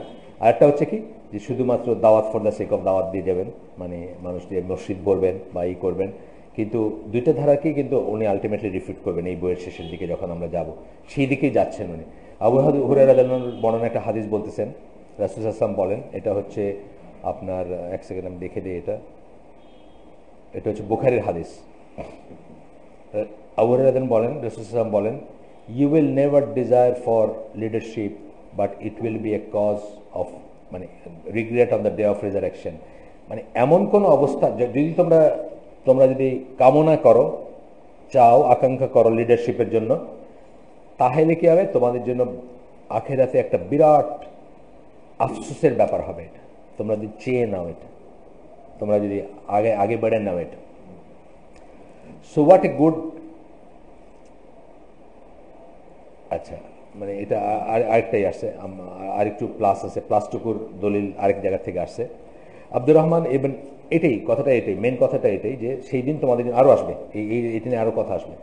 আব্দুর রহমান ইবন সামরা রাদিয়াল্লাহু আনহু সেড দ্যাট আল্লাহর মেসেঞ্জার সাল্লাল্লাহু আলাইহি ওয়াসাল্লাম সেড টু মি, আমাকে বললেন একদিন, O Abdur Rahman, do not ask for leadership, হে আব্দুর রহমান, নেতৃত্ব চায় না, কখনো নেতৃত্ব চায় না। Since if you are given it having requested then you will be left alone to discharge it. তুমি যদি চেয়ে নাও তাহলে তুমি একা হয়ে যাবে, একা তোমার উপর সমস্ত দায়িত্ব চলে আসবে এটার দাবি মিটানো বা হক পূরণ করার জন্য, একা যদি তুমি চেয়ে নাও। But if you are given, মানুষই যদি তোমাকে জোর করে দেয় বা মানুষই যদি তোমাকে দেয় বা তোমাকে চুজ করে, উইদাউট রিকোয়েস্টিং, না চাওয়ার পরেও, না চাওয়া সত্ত্বেও যদি মানুষ তোমাকে দেয়, it will be help by Allah, আল্লাহ তোমাকে তোমাকে এটাতে সাহায্য করবেন। এটা হচ্ছে বুখারী এবং মুসলিম দুইটারই হাদিস, এটা এই হাদিসটা। এরপরে আবু মুসা আল আশারির কাছে কয়েকজন মানুষ আসছে, তারা রাসূল সাল্লাল্লাহু আলাইহি ওয়াসাল্লামের কাছে যাওয়ার সুপারিশ নিয়ে আসছে, যে রাসূল সাল্লাল্লাহু আলাইহি ওয়াসাল্লামের কাছে তাদেরকে নিয়ে যাবেন। অনেক সময় এটা হয়তো যে যারা সাহাবায়ে ক্লোজ, তারা আরেকজনকে নিয়ে যাচ্ছেন, চিনে না, বা রাসূল সাল্লাল্লাহু আলাইহি ওয়াসাল্লাম তাকে সরাসরি চিনেন না, এইভাবে নিয়ে গেছেন। তারপর নিয়ে যাওয়ার পরে একজন বলছেন যে, appoint us to take charge of one of the lands which Allah the almighty has given you authority over. আমাদেরকে, সোজা কথা হচ্ছে, আমাদেরকে এমন একটা জায়গায় গভর্নর বানায় দেন যেটা আপনার কর্তৃত্বে আসছে, বা আপনি যেটা আল্লাহ আপনাকে দিচ্ছেন, যে ল্যান্ডটা, যে ভূমিটা, যে দেশটা, অথবা যে টেরিটরিটা দিচ্ছেন। আচ্ছা, the other man also said the same. দুইজন মানুষকে নিয়েছেন, একজন এটা বলছে, আরেকজন এটা বলছে। তখন রাসূল সাল্লাল্লাহু আলাইহি ওয়াসাল্লাম বলছেন, we do not appoint to that position anyone who ask for it. আমরা যে চাই তাকে এই পজিশনে দেই না, অর্থাৎ গভর্নরশিপ বা এরকম জায়গায় আমরা দেই না। এটা বিরাট মূলনীতি, কিন্তু এটা সো মাচ যে একজন আমার সাথে হাঁটতে নিশে, ওই যে কি বলে, উত্তরায় সকালবেলা রিটায়ারমেন্টের কাছাকাছি চলে গেছেন, ডেপুটি সেক্রেটারি বা একটু উপরের দিকে কিছু, তো উনি বলতেছেন যে উনি ওই বছর হজে যাবেন, এবং উনি ওই তদবির করছেন যেন ওনাকে করা হয়, মানে ওই বছর গভর্নমেন্টের ইসে পাঠানো হয়। গভর্নমেন্টের ইসে গেলে খরচ লাগে না, বা খুব কম খরচ লাগে, এরকম কিছু। তো এটা শুনে আমি কিছু বলি নাই। ওইখানে আরেকজন, এটা অনেক আগের কথা, 2006 সালের কথা, 6-7 বা এরকম দিকের কথা, আরেকজন তখন বলছেন যে আপনার এই হজ হবে না। দুজনে কাজে লেগে গেছে, বুঝছেন, হাঁটতে হাঁটতে সকালবেলা। হ্যাঁ, আপনি এটা বলতেছেন। আমি আকরামুজ্জামান ভাইকে জিজ্ঞেস করলাম পরে ফিক হিসাবে, আকরামুজ্জামান ভাই বলছেন যে যদি সে চায় যায় তাহলে তার এটা শুদ্ধ হবে না, কারণ চাওয়ার কোনো সিস্টেমই নাই ইসলামে। এই পয়েন্ট থেকে বলতেছেন, এটা কিন্তু অ্যাকচুয়ালি চায় যাওয়া মানে কি, একটা পজিশন চাচ্ছেন, কিন্তু আপনি এটার পজিশন না, ধরেন 10টা মানুষকে গভর্নমেন্ট পাঠাবে, এটা একটা পজিশন, যে পজিশনে রিপ্রেজেন্টেটিভ হিসাবে পাঠাবে বা গাইড হিসাবে, যে হিসাবে পাঠাবে, একটা পজিশন। এটা এই পজিশনটাও চাওয়া যায় না। আর মানে আপনার নেতৃত্ব তো প্রশ্নই ওঠে না, যে কোনো জায়গায় একটা পজিশন। ধরেন মসজিদের কমিটি হবে, কমিটির প্রেসিডেন্ট, আপনি চায়া হইবেন, এটা এই না, বুঝছেন তো ব্যাপারটা, এই জিনিসটা ছোট থেকে ছোট, বড় থেকে বড়, সব কিছুতে। যাই হোক, এটা শেষ হলো। ইবন হাজার আল আসকালানী বলতেছেন যে এইটাই ইসলামের মূল নীতি। এটা হচ্ছে ফাথুল বারী থেকেই করতেছেন। ফাথুল বারী আপনারা জানেন যে বুখারীর এক্সপ্লেনেশন, ইবন হাজার আল আসকালানীর ফেমাস কাজ। তো উনি বলতেছেন যে একটা এক্সেপশন হচ্ছে এটাতে, এই সিস্টেমটা, এই যে আমাদের সিলসিলা যেটাকে বললাম যে চায় কোনোদিন পাওয়ারে যাওয়া যাবে না, একটা এক্সেপশন হচ্ছে এটা, the case of one who has take it on, মানে যে এটা চাইছে বা এটা এই ক্ষমতাটা নিছে, due to the fact that the ruler dies and no one else is to be found to take over but him. একটা লিডার মারা গেছে এবং কাউকে খুঁজে পাওয়া যাচ্ছে না, অথবা কেউ রাজি হচ্ছে না নিতে। অনেক সময় তো নিতে রাজি হয় না, এটাও কিন্তু ইসলামে দেখবেন ঠেলাঠেলি আছে, নিতে আমি না, ও আমি, আমি যোগ্য না, ও যোগ্য না, ও এরকম কথা কিন্তু আছে, অনেক পাবেন আপনারা। তো এখানে বলতেছেন যে এটাকে কি একটা মানে টু সেভ দ্য ডে, একটা বিশৃঙ্খলা করতে, বা একটা উপস্থিত একটা সলিউশন হিসেবে এটা করতে পারে। Take over but him, and if it does not take out over then that will cause corruption and chaos. তাহলে কি হবে? কেওস, বিশৃঙ্খলা দেখা যাবে।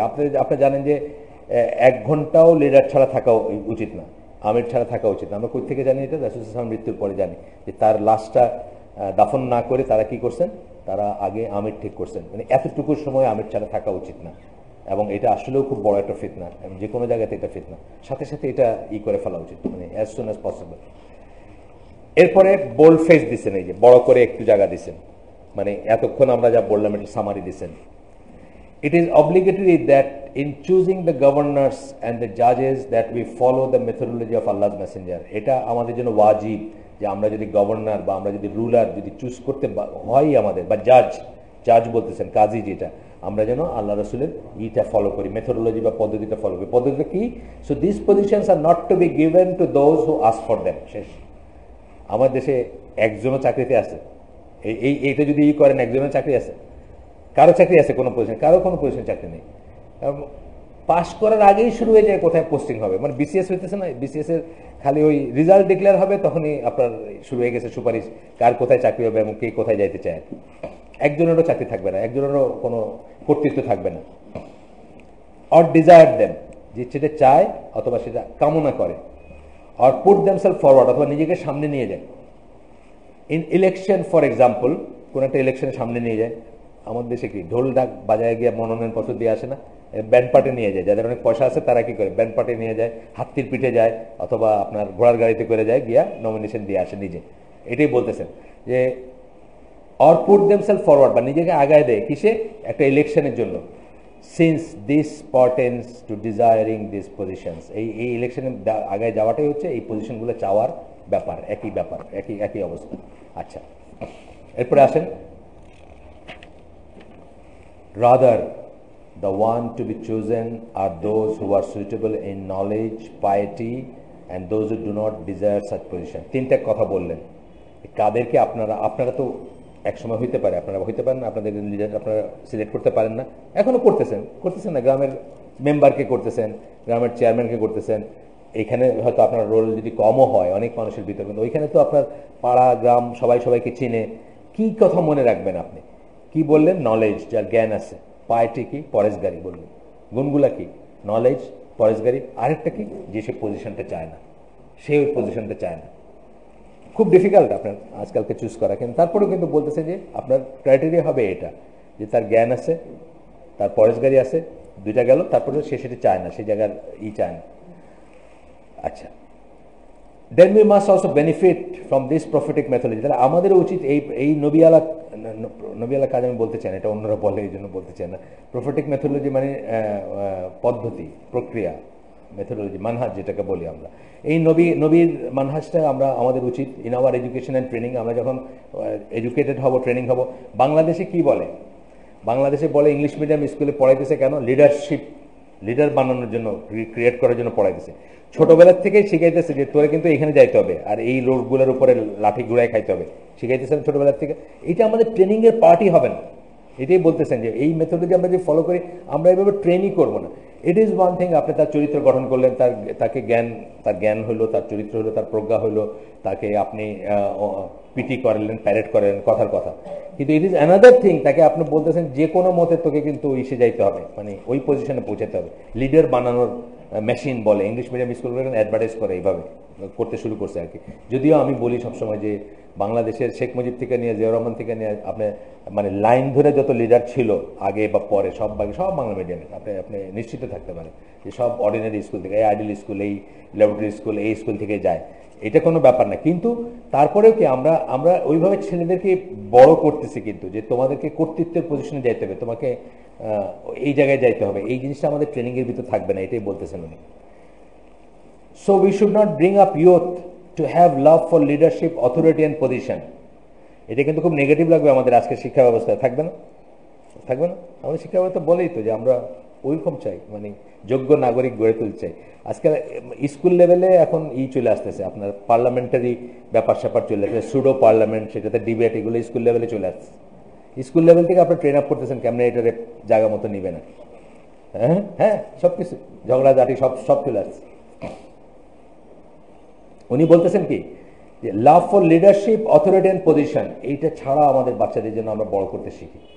হ্যাঁ, চিন্তার ব্যাপার আছে কিন্তু অনেক, যেটা কিছুটা ধরেন আমাদের যে সমস্ত ওই মিলিটারি একাডেমি, ম্যান একাডেমি কিছুটা করে প্রথম দিকে, সবাইকে একটা ইউনিফর্মে নিয়ে আসতে চেষ্টা করে, কিন্তু আলটিমেটলি গিয়ে আবার ওই ডিজার্টটাই ঢুকায় যে তুমি তো ওইখানে, তুমি you are superior to others, অন্যরা তোমার তুলনায় কিছু না, তুমি একজন কিছু আর কি, আর বাকিরা গরু ছাগল সব, এই জিনিসটাই তো দেয়, বোধ দেয়। যাই হোক, তারপরে কি বলতেছেন, কনফ্রেন্ট টু দ্য ওয়ে, তারপরে if you bring them up, এইসব জিনিসের ভালোবাসা নিয়ে যদি তাদেরকে আমরা বড় করি, এটা হবে নবী সাল্লাহ সাল্লামের পদ্ধতির বিরুদ্ধ কাজ, রাসূল সাল্লাল্লাহু আলাইহি ওয়াসাল্লামের পদ্ধতির বিরুদ্ধ কাজ এটা।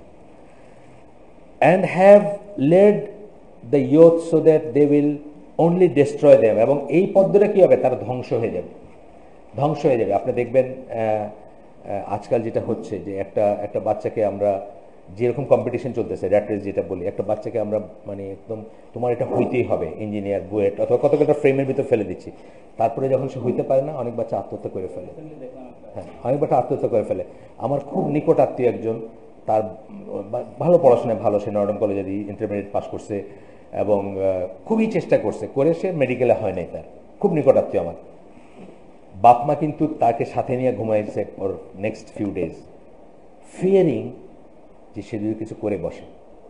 তার মানে কি, একজন মানুষের লাইফ ইজ ইকুয়াল টু একটা অ্যাডমিশন, কিন্তু এটাই তো দাঁড়াইতেছে। একজন মানুষের লাইফের মূল্য জাস্ট একটা অ্যাডমিশন ইনটু মেডিকেল কলেজ আর বুয়েট অথবা কোথাও একটা জায়গায়। এটা কি একজন মানুষের লাইফের purpose? What is the purpose of life? আমরা যদি বলি আমাকে এটা আল্লাহকে এটার জন্য বানাইছেন, এটা কি আমার লাইফের পারপাস? আমরা ছেলেমেয়েদেরকে এই লাইনে বড়ই করবো না, আমরা বলবো যে আল্লাহর দুনিয়া অনেক বড়।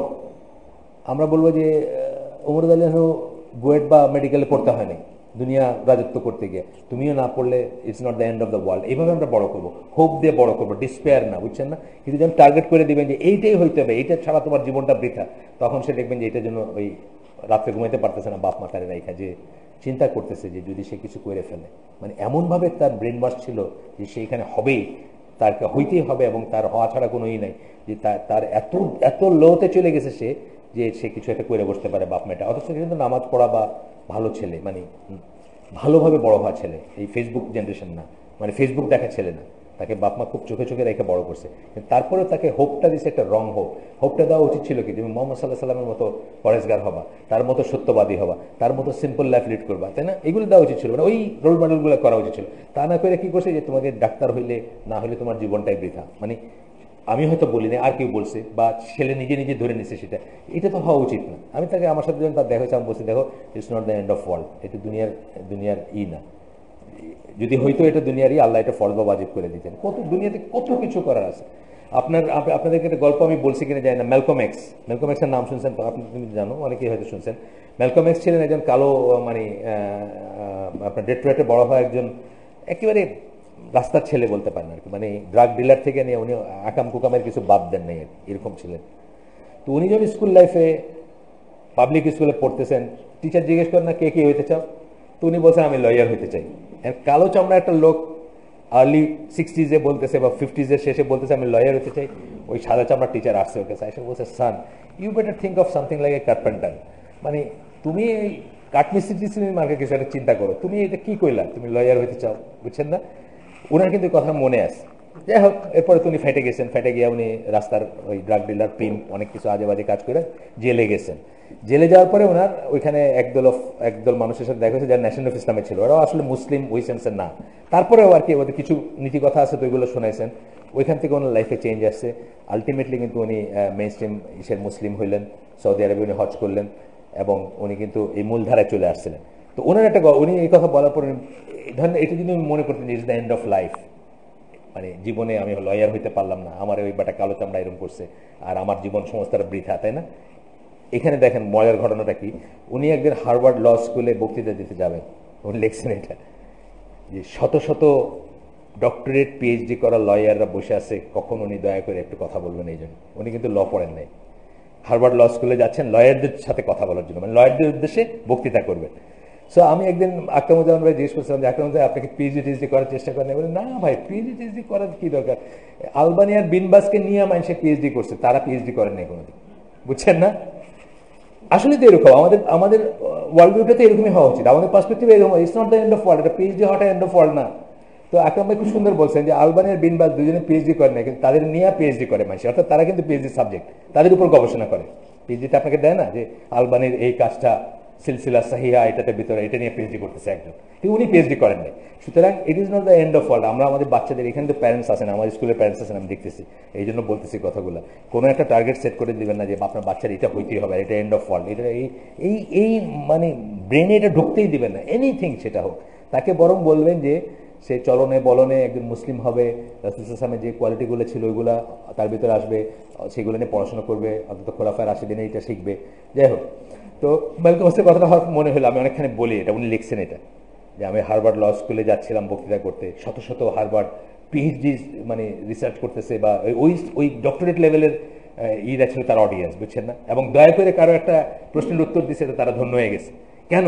Otherwise he became so famous and so great, otherwise আর কি, মানে অন্যদিকে দিনের পথে আইসা, ইসলামে আইসা, ইসলাম গ্রহণ করে, বা তার যে উনি তো ছিলেন ওই আপনার জানেন ন্যাশনাল ইসলাম কি, মানে ব্ল্যাক সুপ্রিমেসিস্ট, মানে ন্যাশনাল ইসলাম ঠিক হোয়াইট সুপ্রিমেসিস্টদের উল্টাটা বলে। হোয়াইটরা কি বলে যে তারাই দুনিয়াতে ঈশ্বরের প্রতিনিধি, তারাই সুপিরিয়র, তারাই, ওইটা ছিল ঠিক উল্টাটা। এগুলো হলো শুয়োর, সাদাগুলো হলো শুয়োর ছিল, এটা ছিল এটা, মানে গালিগালাজ করে এবং কালোদেরকে সুপিরিয়র করে দেখায়।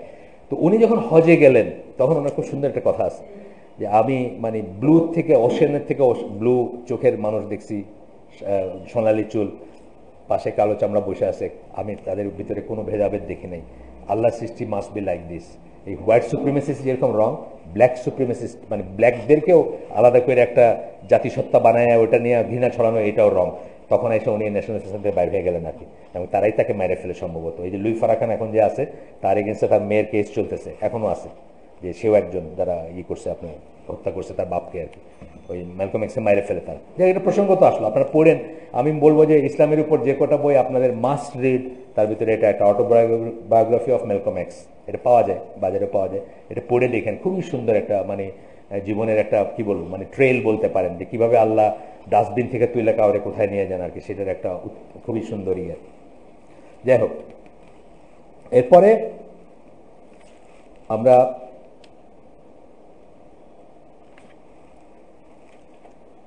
ইবনে হাজার আসকালানি এটা পড়লাম, যেখানে আমরা পড়লাম যে আমাদের বাচ্চাদেরকে আমরা যেন নষ্ট না করি, আমরা যদি তা করি তাহলে তারা তাদের নিজেদেরকে ধ্বংস করে দেবে, যেভাবে ধ্বংস হচ্ছে এখনকার সমাজ বা এখনকারই। আমরা এখান থেকে আমি এই বইটা এই লাইনটা মিস করছি আগে সামহাও, এটা খুব ইম্পর্টেন্ট একটা জিনিস যেটা বলছেন যে কি দিয়া কীভাবে বাচ্চাদের বড় করবেন, খুব ইম্পর্টেন্ট জিনিস। তো এটা আগে আমি মিস করছি সামহাও। এখানে কতগুলো আয়াত কোট করছেন, সূরা নূরের 47 থেকে 47-48 নম্বর আয়াত এখানে কোট করছেন, যেখানে বলতেছেন যে আপনার মানে সত্যের উপর বড় করবেন, ইসের উপর করবেন না। যে যে কথাগুলো আগে যেটুকু আমরা পড়লাম সেটারই একটা যে কোন ক্রাইটেরিয়া দিয়ে আপনি করবেন, আল্লাহ এবং আল্লাহ রসুলকে জাজ মানবেন। এখানে কিন্তু এটাই বলা আছে যে তাদের সুবিধা হলে তারা জাজ মানে, সুবিধা না হলে মানে না। আমরাও কিন্তু ওইরকম, কিন্তু যেখানে যেখানে সুবিধা ওইখানে আমরা আয়াত কোট করি, যেখানে আমাদের অসুবিধা ওইখানে কিন্তু আমরা ওইখান থেকে একটু অন্যভাবে টুইস্ট করি। আমরা অহরহ করতেছি, কিন্তু অহরহ করে যাচ্ছে। আমাদের ভিতরে যারা ইংল্যান্ডে আমেরিকায় পড়তে যায়, আমরা কিন্তু ওই জায়গাটুকুর জন্য একটু আলাদা করে একটু অন্যভাবে করি, বা ওই জায়গায় চুপ থাকি, যখন ওই কথাগুলো হয় তখন চুপ করে বসে থাকি, এরকম আর। যাই হোক, এরপরে বলতেছেন ইন হোয়াট ইজ প্রেসিডেন্ট, এইমাত্র আমরা যেগুলো আলোচনা করলাম, we have come to know the methodology of the prophets in calling to tawhid and fighting shirk and its manifestation. আমরা এতক্ষণ কি পড়লাম, যে কিভাবে আমরা মানুষকে তাওহীদের দিকে ডাকবো, কিভাবে শিরকের দিকে এগেনস্টে ডাকবো, শিরকের বাইরের দিকে যাবো, শিরক থেকে বাইরে হয়ে যাবো, বাইর করার জন্য ডাকবো, এবং এটার ম্যানিফেস্টেশন, শিরক কি কি চেহারায় দেখা যায়, এগুলো সম্বন্ধে আমরা অনেক পড়াশোনা করলাম। এরপরে বলতেছেন, আমি যদি এখন যদি আমরা জিজ্ঞেস করি আপনাদেরকে বা যে কাউকে জিজ্ঞেস করি, যদি is it permissible for those who call to Allah in any time to turn away from the methodology of the prophets in calling to Allah, তাহলে আমরা যদি আজকে জিজ্ঞেস করি, অনেকদিন পড়ছি আমরা এই বইটা, যে আমাদের জন্য কি এটা জায়েজ হবে যে আল্লাহর দিকে ডাকতে গিয়ে নবী রাসূলের পদ্ধতির বাইরে আমরা কোনো পদ্ধতি ফলো করবো? অবভিয়াসলি নো, তাই না? Obviously no. কারণ তারই আমরা বলি কি, আমরা তার প্রতিনিধি বলি, নিজেদেরকে বললেন প্রতিনিধি বলি। আল্লাহ রসুল আসবেন না, আর রসুল আসবেন না, কিয়ামত পর্যন্ত আসবে, মানে ঈসা আলাইহিস সালাম তার রসুল হিসেবে আসবেন না, কিন্তু অন্যভাবে আসবেন, লিডার হিসেবে আসবেন, কিন্তু আর নবী বা রসুল আসবেন, আর শরিয়া আসবে না নতুন কোনো। তাহলে আমরা কি করি? তার প্রতিনিধিত্ব করি। তাহলে সেই দিকে মানুষকে ডাকতে গিয়ে কি আমরা আল্লাহ রসুল ছাড়া অন্য কোনো পদ্ধতি ডাকতে পারি? না, উই শুড নট। আমরা ডাকবো না ইনশাল্লাহ। উত্তর হবে কি, ইন লাইট অফ হোয়াট, উনি নিজে উত্তর বলে দিচ্ছেন, in light off what has preceded, এতক্ষণ ধরে আমরা যা পড়লাম, এতদিন যেটা পড়লাম, তার লাইটে, তার আলোকে কি বলবো আমরা, যা আসবে সামনে সেটার লাইটে বলবো আমরা যে আরও সামনে যা রয়েছে, it is not permissible in the sharia, not intellectually, that anyone should turn away from the methodology and prefer a different way. ওই পদ্ধতি থেকে মুখ ঘুরে আমরা আরেকটা নতুন পদ্ধতি বাইর করবো, এটা আমরা এটা পারমিসিবল না। এটা আমরা এমনি ইন্টেলেকচুয়ালি বুঝি, শরিয়ার আলোকে বুঝি। তারপরে বলতেছেন এখানে, এখন কয়েকটা 1, 2, 3, 4 করে কতগুলো পয়েন্ট দিবেন। প্রথমটা বলতেছেন, this is the straight and upright way which Allah laid down for all the prophets. এই যে তৌহিদের দিকে ডাকা, এই যে শিরক বিবর্জিত জীবনের দিকে ডাকা, এই যে আল্লাহর জমিনে আল্লাহর কথা সর্বোচ্চ থাকবে এটার দিকে ডাকা, এটা হচ্ছে কি, এটা হচ্ছে এই একখানে কিন্তু আমাকে শুনতে অনেকটা মনে হতে পারে যে পলিটিক্যাল ইসলামের মতো মনে হতে পারে। এটা কিন্তু সবাই স্বীকার করতে হবে যে আমাদের জীবনের মাকসাদগুলোর ভিতরে একটা হচ্ছে যে আল্লাহর জমিনে আল্লাহর কথা সর্বোচ্চ থাকবে। এটা কিন্তু তৌহিদের ডিমান্ড, এটা কিন্তু পলিটিক্যাল ইসলামের ডিমান্ড না, কিন্তু তৌহিদের ডিমান্ড যে আল্লাহর জমিনে আল্লাহ, এটা থাকবে আমাদের টার্গেট। কিন্তু শুরু হবে কি, আমার জীবনে আল্লাহর কথাটা সবচেয়ে উপরে থাকবে, আমার ওয়াইফের জীবনে আল্লাহর কথাটা সবচেয়ে উপরে থাকবে, আমার ছেলের জীবনে আল্লাহর বিধানটা সবচেয়ে উপরে থাকবে, and then it will go out আর কি। আচ্ছা, তারপরে বলতেছেন কি, আচ্ছা, from the first to the last of them, প্রথম নবীর থেকে শেষ নবী পর্যন্ত সবাইকে এই জিনিসই করছেন। The one who laid down this methodology is the creator of mankind, তিনি আল্লাহ, যিনি এই মেথোডোলজি, এই পদ্ধতি, এই মানহাজটা আমাদেরকে দিয়ে দিচ্ছেন। And the one who knows everything about human nature, আমাদের নেচার সম্বন্ধে যে সবচেয়ে ভালো জানেন। এইটা কিন্তু অত্যন্ত কথা, অনেকে আমরা মনে করি যে, অনেকে আমরা এটা মনে রাখি না যে আমার নিড, আমার নেচার, আমার যেটা, যেমন ধরেন আমি একটা উদাহরণ দিই অলওয়েজ, যে আল্লাহ আপনাকে নিয়ম মানতে বলছেন, ভালো হইতে বলেননি। উদাহরণ দিই কিসে, আমি একটা রুমের ভিতর একটা গায়ের মারাম ছেলে এবং মেয়ে একা থাকবেন, এটা আল্লাহ বিধান করে দিয়েছেন। কেন? আপনার নেচারটাকে আল্লাহ সবচেয়ে ভালো জানেন, আপনার চেয়েও বেটার জানেন, আপনি জানেন না। মানুষের কিন্তু সেলফ আইডেন্টিটি নাই। আপনি যে কোনো সাইকোলজি বই পড়ে দেখেন, মানুষ কিন্তু নিজেকে কেন কি করতেছে সবসময় জানে না, বা বুঝে না, বা বুঝে করে না, ইম্পালস থেকে করে। কিন্তু আল্লাহ, আপনার মেকার, আল্লাহ সবচেয়ে ভালো জানেন আপনার নেচারকে। আল্লাহ কি বলছেন? আল্লাহ আপনাকে ভালো হইতে বলেন না, বলেন যে আমাদের মনটা ফুলের মতো পবিত্র, আমরা দুজন একলগে বললে কোনো খারাপ কিছু হবে না। এইটা আল্লাহ চান না আপনার কাছে। আপনার কাছে কি চাইছেন? নিয়ম মাইনে চলতে চাইছেন। নিয়ম যা মানবেন, নিয়মটা কে সেট করছেন? আল্লাহ সেট করছেন। কেন করছেন? উনি আপনাকে আপনার চেয়ে ভালো জানেন। উনি জানেন 1 দিন, 2 দিন, 5 দিন, 10 দিন, 11তম দিনে আপনার ভিতরে একটা কিছু আসবে, যদি নাও হয়। আপনি যদি একদম মানে সন্ন্যাসী হন তাইলে, আর যদি নর্মাল মানুষ হয় তাহলে প্রথম দিনের প্রথম শব্দ থেকে আসবে। আমার কথা আমি বলি, আমি প্রথম দিনের প্রথম শব্দটাও সেফ ফিল করি না, আমি ব্যক্তিগত পার্সোনালি। আপনাদের কথা আমি জানি না, উন্নত চরিত্র হইতে পারেন, আমি মোটেই সেফ ফিল করি না। আমি ঢাকা শহরে অনেকের টেলিফোন ধরি না, কারণ গলাটা আমার কাছে অ্যাট্রাকটিভ লাগে। এরকম আছেন আমার আত্মীয়ের ভিতরে, তাদের টেলিফোন আমি ধরি না, বা টেলিফোনে কথা বলতে চাই না, কারণ আমার কাছে গলাটা অ্যাট্রাকটিভ লাগে। আমি এত ভালনারেবল, আপনারা হয়তো কেউই থাকেন। আল্লাহ কি বলছেন? আল্লাহ কিন্তু আমার নেচারটা জানেন, এই জন্য বলছেন যে এক ঘরে একলা থাকবে না, যত ভালোই হোক, তোমার ভালোই তো বলিনি, তোমাকে নিয়ম মানতে বলছি। আচ্ছা, এরপরে বলতেছেন যে এটা হচ্ছে সূরা মুলকের আয়াত, 14 নম্বর আয়াত। বলতেছেন, how can he who created not know when he is the one who knows the innermost secret of his servants? যিনি সৃষ্টি করছেন তিনি কিভাবে না জেনে থাকতে পারেন? তিনি কিভাবে গাফিল হইতে পারেন? তিনি কিভাবে তার জ্ঞান না থাকতে পারে? কিভাবে? যখন তিনি তার সৃষ্ট মানে জীবের, প্রাণীর, মানে মানুষের ইনারমোস্ট সিক্রেট, তার সবচেয়ে গোপনতম যে সিক্রেট, যেটা সে দুনিয়ার কাউকে বলতে চায়, সেটাও জানেন, of his servants, and is fully aware of them in their actions, এবং তাদের সমস্ত কাজগুলোর ব্যাপারে উনি নিশ্চিত জানেন। তাহলে যিনিও আপনার নেচারটা জানেন, নেচারটা জেনেই কিন্তু উনি আপনাকে এই জিনিসের মাধ্যমে, অর্থাৎ এই নেচারটা জানেন যে আপনাকে যদি আমি লোভ দেখাই আর ডাকি যে তোমার মিনিস্টার বানায় দিব, যদি আমার পাওয়ারে দাও, তাহলে জিনিসটার ভিতরে করাপশন আসবে, আমাদের এই দেশেরই ইসলামপন্থী পলিটিক্স যারা করেন তাদের ব্যাপারে আমরা দেখছি যে কীভাবে তারা যখন সামান্য লিভারেজ পাইছেন তখন কীভাবে তাদের মানুষজন দিয়ে তারা সব জায়গা ভরে দিচ্ছেন। এখানে কিন্তু ইসলামপন্থী অন ইসলামপন্থীর ভিতরে কোনো তফাৎ থাকে নাই আসলে, তাই না? একই জিনিস ঘটছে। কিন্তু যদি এটা আল্লাহর জন্য হইতো, যদি শুধু ঈশ্বরের জন্য হইতো, এরকম কোনো প্রমিসও করতেন না, এরকম কোনো ব্যাপারও হইতো না, বুঝছেন না? সেম জিনিস আমরা করছি, কিন্তু জাস্ট দাড়ি টুপি format of other things are কি। মানে ওই জিনিসের দাড়ি টুপি ভার্সনটা করছি আমরা, যখন আমরা আমাদেরকে আল্লাহ আমাদের ভিতরে কারো কোনো ভাইকে যখন ওই পজিশনে দিয়েছেন তখন আমরা একই জিনিস করছি। আচ্ছা, সেকেন্ডলি বলতেছেন গেল এটা যে আল্লাহ কেন, আল্লাহ তাহলে প্রথম নবী থেকে শেষ নবী পর্যন্ত আল্লাহ এই জিনিসটা ই করছেন কারণ আল্লাহ আপনার নেচার জানেন, মানুষের নেচার জানেন, কি দিয়ে শুরু করতে হবে এটা জানেন, কি দিয়ে শেষ করতে হবে এটা জানেন, কোনটা প্রায়োরিটি এটা জানেন, কোনটা আগে আসবে এটা জানেন, এবং কি দিয়ে করলে করাপ্টেড হবে মানুষ আর কি দিয়ে করলে হবে না এটা জানেন। সেকেন্ড পয়েন্ট বলতেছেন the prophets adhere to it and followed it, এবং এটা কোনো ইজতিহাদের ব্যাপার না, এটা কোনো ইজতিহাদের ব্যাপার না, এই মেথোডোলজিটা কিন্তু কোনো ইজতিহাদের ব্যাপার না। You don't have a choice যে এটা নিব কি নিব না, তা না। কিন্তু রাসূল সাল্লাল্লাহু আলাইহি ওয়াসাল্লাম সহ সকল নবী adhere to it, followed it, and this is not an area for ijtihad. এখানে কোনো ইজতিহাদের ব্যাপার না, এটা আল্লাহ নির্ধারিত ব্যাপার। So we do not find, বলে তিনটা পয়েন্ট বলতেছেন, আমরা দেখি না কোনো নবী beginning his call with Sufism. Sufism বলতে আমাদের বোঝে এস্টারি কি, যেটা আধ্যাত্মিক আধ্যাত্মবাদ বলে না, যে চোখ বুঝা বসেন আর এটা জ্ঞান ধ্যান করেন আর এটা দেখে ফেলবেন, ওটার সাথে কলবে কলবে জোড়া লেগে যাবে, আপনি বুঝছেন না, অনেক কিছু আছে যে সিনায় সিনায় ট্রান্সফার হয়ে যাবে, এগুলো কিন্তু বলে না, একদম ফিজিক্যাল ব্যাপার। ফিজিক্যাল ব্যাপার। যে নবী পুরো মেরাজ এবং ইসরা শেষ করলেন অল্প ফিউ মোমেন্টসের ভিতরে, তাকেও কিন্তু এই 12 দিন 14 দিনে হিজরত করার সময় উটের পেটে আর মরুভূমির ভিতর দিয়ে এসে যাইতে হচ্ছে। কারণ কি, as far age human beings এর কনসার্ন সবকিছু হলো একেবারে বডি অ্যান্ড সোল ব্যাপার, ফিজিক্যাল ব্যাপার। এখানে কোনো আধ্যাত্মিকতার ব্যাপার নাই। ফিজিক্যাল মানে বডি অ্যান্ড সোল। উনি বলেন না খালি একখানে বৈশা। বাংলাদেশে একজন আছেন, উনি মারা গেছেন, আল্লাহ ওনাকে মাফ করুন, ইসলামের উপর অনেক লেখাপড়া এবং বইটি আছে। উনি বলতেন যে কোথাও কি বলা আছে নাকি কোরআনে যে উঠা বসা করতে হবে?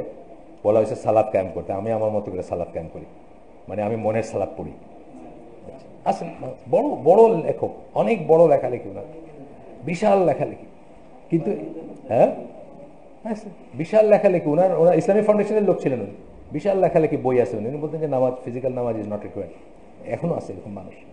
তো বলতেছেন যে আমরা, হ্যাঁ উনি হলেন বদরুদ্দিন উমার বাবা আবুল হাসেম, এই যে বাবা না, উনি ওনার লেখালেখি কিন্তু গ্রেট।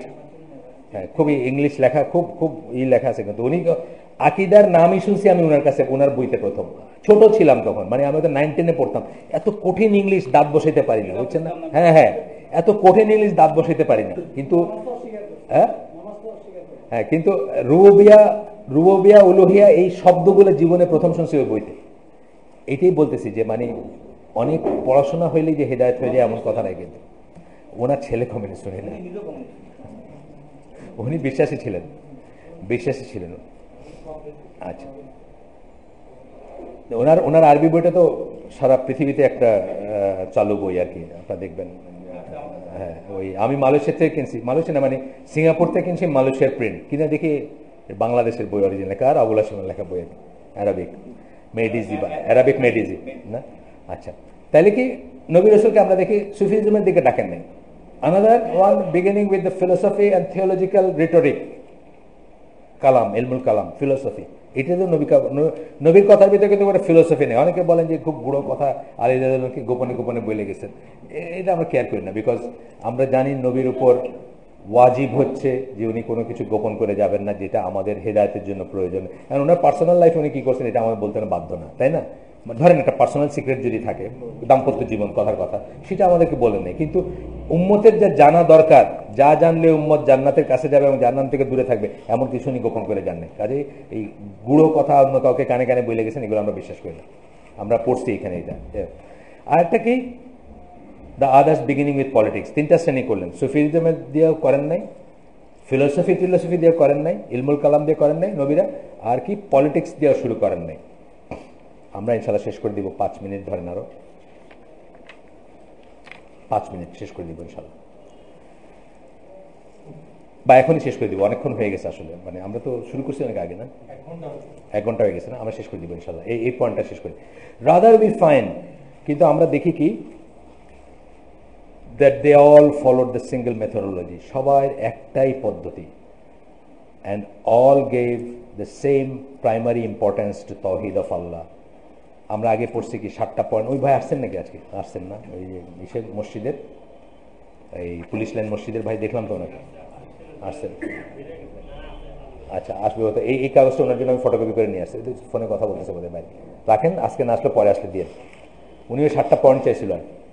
যাই হোক, তা আমরা কি দেখছি যে ওইটা কি পড়ছি, দাওয়াতি কাজের একটা মূলনীতি কি পড়ছি, যা আগে আসার প্রায়োরিটিতে যেটা আগে আসবে সেটা আগে করা। এটা আমরা পড়ছি না, একটা পয়েন্ট ছিল এটা, যেটা বেশি প্রায়োরিটি ওটা আগে করব। তাহলে হ্যাঁ, আমরা একবার যদি তাওহীদ প্রতিষ্ঠা করি, তারপরে হয়তো আমরা বলবো যে আচ্ছা ধরেন এই রাস্তাঘাট সংস্কার করা উচিত, সরাইখানা বানানো উচিত, মানুষের জন্য ফ্রি পানি খাওয়ানো, এগুলোর পরবর্তী ব্যাপার, ওয়েলফেয়ার কনসেপ্টে যাব। কিন্তু প্রথমে হচ্ছে তাওহীদ, এইটাই হচ্ছে, বা আল্লাহর উপর, এক আল্লাহর ইবাদতের উপর মানুষকে নিয়ে আসা, এটা হচ্ছে আমাদের প্রথমেই। আজকে আমরা এখানে শেষ করে দিই। ভালোই প্রোগ্রেস হয়েছে আমাদের, 143 পেজে আছি আমরা এখন, আলহামদুলিল্লাহ। আমরা আরেকটা পাচ্ছি এই মাসে শুরুতে, তারপরে চেষ্টা করবো অ্যাজ সুন অ্যাজ পসিবল শেষ করতে। বিসমিল্লাহ। রাসূল সাল্লাল্লাহু আলাইহি ওয়াসাল্লাম আমাদের জন্য কতগুলো দরুদ রেখে গিয়েছেন আমাদের পাঠ করার জন্য, সেগুলো কি কি? আচ্ছা, কির ভিতর উনাকে যখন করা হয়েছে, দরুদ ইব্রাহিমটাই 2টা ফর্মে আছে। দরুদ ইব্রাহিম সেটাই করছেন, আল্লাহুম্মা সাল্লি আলা মুহাম্মাদ ওয়া আলা আলি মুহাম্মাদিন, যেটা আমরা পড়ি সালাতে, এটাই মেইনলি করছেন। বাট সংক্ষিপ্ত দরুদ যেমন ইন্নাল হামদুলিল্লাহ ওয়াসসালাতু ওয়াসসালামু আলা রাসূলিল্লাহ, এটাও কিন্তু দরুদ। বললাম না, আমরা কি বললাম, সালাত এবং সালাম বললাম রাসূলের উপর, অথবা সাল্লাল্লাহু আলাইহি সাল্লাম যেটা বলতেছে, এটাও কিন্তু সংক্ষিপ্ত এসে সালাওয়াত আল্লাহ রাসূলের উপরে। সো এগুলা আপনারা হিসনুল মুসলিম আমি মনে করি প্রত্যেক ঘরে থাকা উচিত।